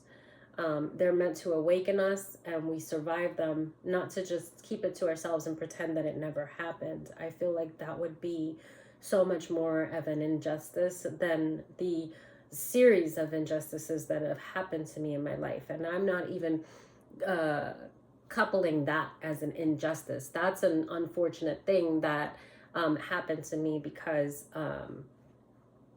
I had lessons that I needed to learn about my own self-love and my own boundaries and speaking up and trusting myself, right? That is not the injustice by any means. I haven't gotten to the injustices yet. But I just do want to kind of put it out there. It's been really hard for me. I've been, I think, afraid of how it would be received. I have the cards on the table. I every time that I wanted to come on here and try to talk about this, it seemed like I think I'm just so used to being shamed even for the things that other people are supposed to carry this shame for. And I just didn't feel confident that it would be received well, or that anybody would even care. But the thing is, that's not for me to, it doesn't matter if it's received well. It doesn't matter if anybody cares. It matters that I'm guided to talk about it, and that it did happen to me, so I have a right to talk about it. And if I can't, then how could I ever tell someone else that they have a right to speak and to have a voice on the things that have happened to them, right? That's one thing. Another thing is, if I'm guided to, I don't need to ask all these questions. I have to ask the question of, why can't I talk about it? If for months and months, I started this channel a year ago, and I'm not able to post as much as I'd like with the readings because of a lot of things that are still happening in my life, but that it's been kind of like a domino effect. But this is something that I've known that I've been being guided to talk about. And I've also been kind of worried that I can't do it justice. Like, I felt like I'm going to freeze up or I'm going to leave things out. And of course I'm going to leave things out because there are things I'm not going to say. There's things that I'm going to forget. It's been a long time. There's been so many things. It's almost like trying to explain a lifetime because of how everything's so connected. But I'm trying to just narrow it down to certain incidents that I feel like might be useful for someone to hear about it. And I had to ask myself why at this point. Actually, Spirit said to me, it showed me a while ago, like, why can't you talk about it? If you can't, like, why can't you? Why can't you go? And I know that even doing tarot online, the camera was an issue. Like, it's all been really good, really rewarding for me, but hard. So I, kind of knew why, but then it was getting to the point that if it's a fear of something, then it's something I have to do, because I can't allow myself to be paralyzed with fear over something that was inflicted onto me, because then I'm carrying shame for something that the shame belongs to the people that did these things, not to me. The lessons belong to me, and I gratefully take them, because I know that these are things that I will never go through again. Even if I go through other things, these are things I'll never go through again, because of who I am and because of the fact that I got through them, and the awareness that I carry about who I am and understanding why things happen the way that they did and do. But there's been several times that I would start talking or get downloads and spirits like telling me, like, I'm here with you and whatever. If you leave something out, then keep talking about it until you feel satisfied that everything's come out that you feel like needs to be said, right? But I was struggling once I sat down to press play on the camera, and I still don't want to post it, but that's why I'm going to post it, because fuck that shit. But it's, the support, like, even from the cards, like, they were giving me guidance, and was like, well, don't show sadness, don't show weakness, but to say what you mean,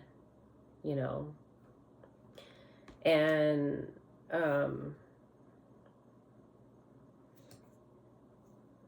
it was funny because then when this came out with the truth, and like, it's your truth, and it's like being blocked, and to be patient with yourself, and this reminds me also of the stillness, how spirit is always with me in stillness, and to have courage, and to remember who you are and your self-love. And that's for anyone else that's struggling, because this was the guidance that I received, and I sat here and I looked at these cards and I said, okay, I'm going to just press play, and I'm going to just talk about it and see what comes out. And I felt like it was just going to be a jumbled mess, and it might be. But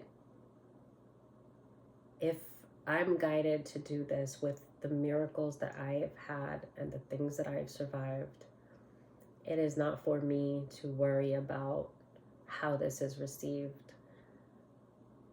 It's for me to know that I didn't go through this for no reason.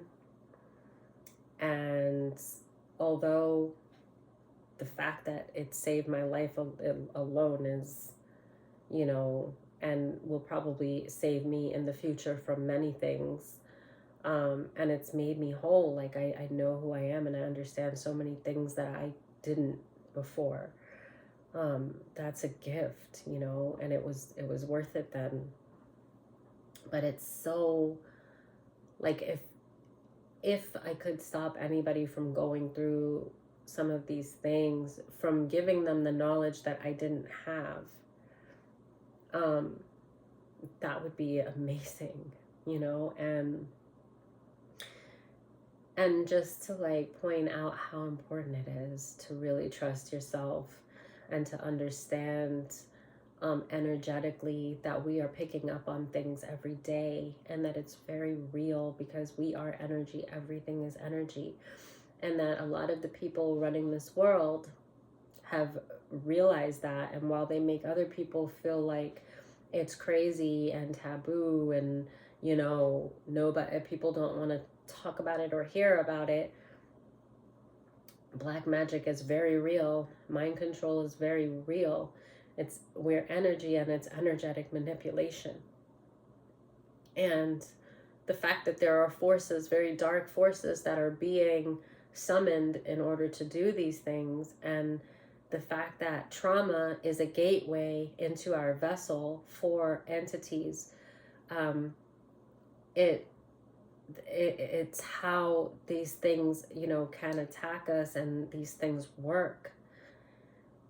And it's happened right under our eyes in so many ways. I mean, even, you know, with obviously in the music industry and the things that we've seen happening, and so many of these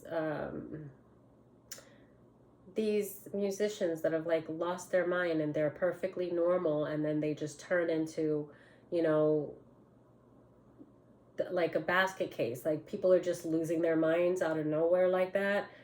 What happened like with Britney Spears, when, you know, shaving her head and all the stuff that she went through. There's so many of them.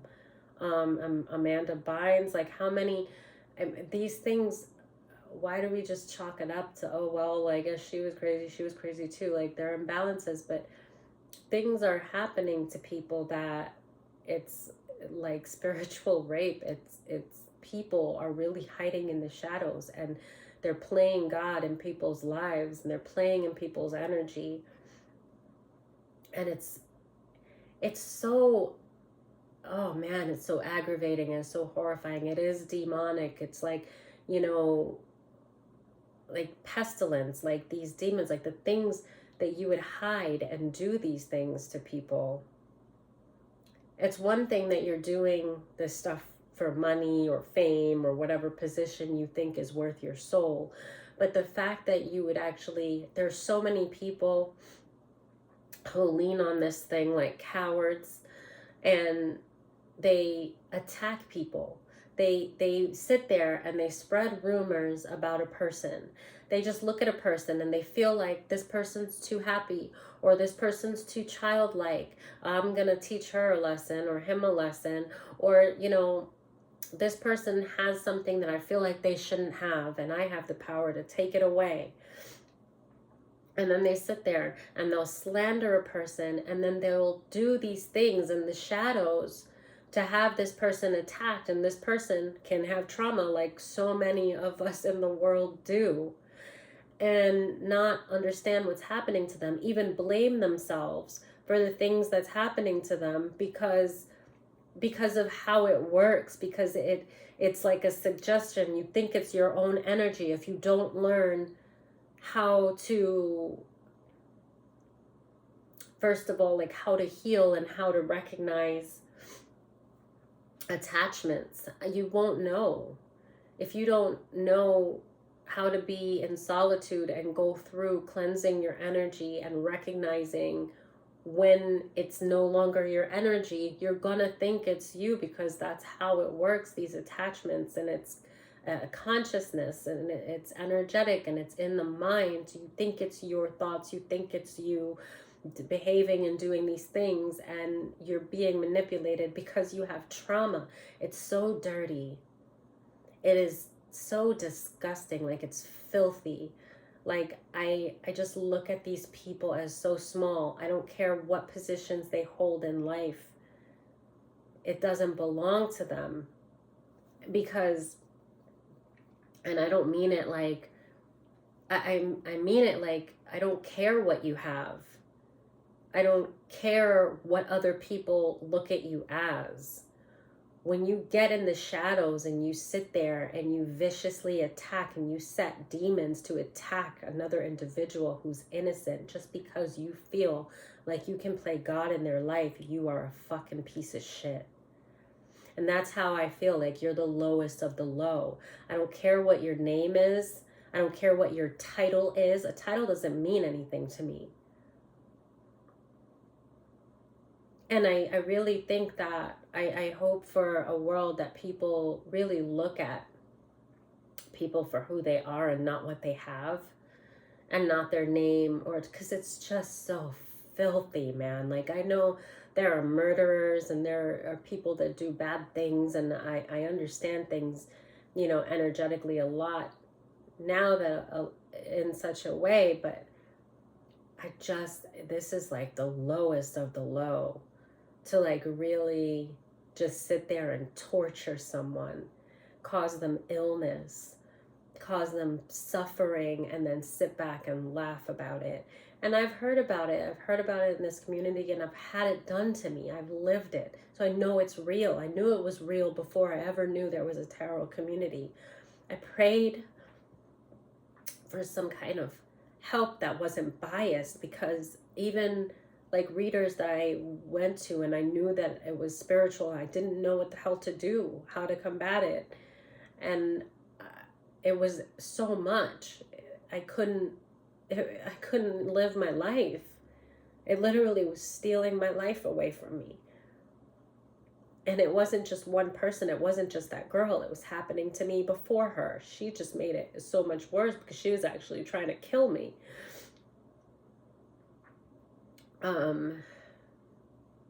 So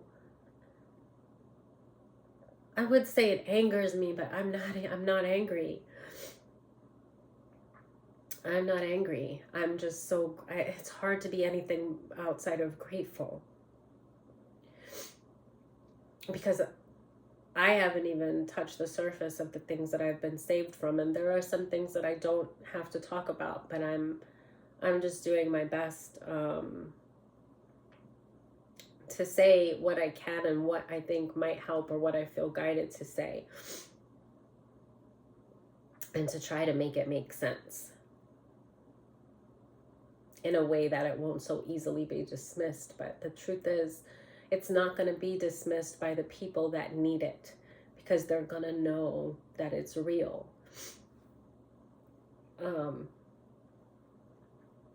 I wish it wasn't dismissed by the people that, you know, aren't really going through warfare. They're still very much a part of it, and the awareness would help. It would help for these creeps not to be able to just hide in the shadows and do this, because it's so cowardice, you know. I feel like, and I feel sorry for them too in a way, but then I feel more sorry for the people that are suffering from this and unaware of even how to heal, or even unaware. There's so much trauma that, especially when things happen to you when you're young, like really young, there's trauma that you might not even be aware of, because a child might tuck something away to survive, and then you grow into an adulthood and you don't even remember some things that happened to you, and especially if you grow into conditioning and like that mental kind of abuse, and it's hard. So you might even find out that you need to heal trauma, but you don't even know a lot of the trauma that you have. It takes a lot of work. And there's so much, I feel like most of the world is just full with trauma. It's orchestrated that way, though. It's about control. Because if they have found out that this is the way, what better way to control somebody than in a way that they're not even aware that they're being controlled. And this is a big deal, because people think that, well, it'll never happen to me, or it's not happening to me, so I'm not going to give it my energy because then it might happen to me. Like, it's that kind of like, well, if I pretend that it doesn't exist, then it can't harm me kind of thing, right? But it is harming a lot of people. And it's like you're laughing with the person, and you might admire a person that, you know, in the shadows, they, you know, have a basement full of all this stuff and a shrine, and they're sacrificing animals and, you know, to torture and torment innocent people just because they can. And you don't know because you don't want to hear about it, because it can't harm you if you think that it's not real.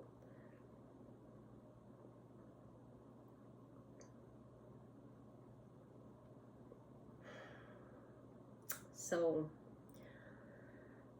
I think almost 4 hours is enough for one video, and I have to stretch and try to lie down. But thank you. If anybody has listened this far, thank you for your time and attention. And I appreciate you.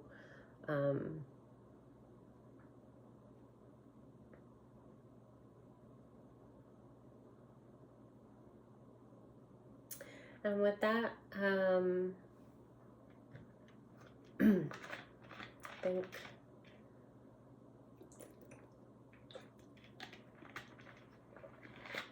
I just want to comfort anyone that's going through anything like this.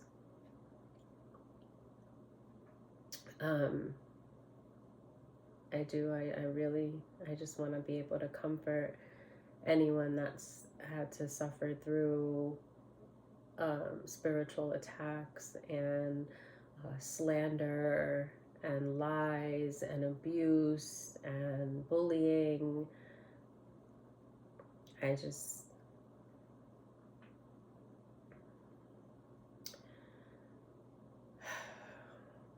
want to embrace you and let you know that it's going to be okay, and that you have to embrace yourself and love yourself in the tender, honest way that you would love a friend or loved one. You turn that all back in on yourself and strengthen that bond that you have with the Creator. And that is your power, that love. And you have to turn it within first, and that's the start. And with that, the light in me recognizes and admires and honors the light within you. And remember that love is the highest vibration. And I love you. Okay.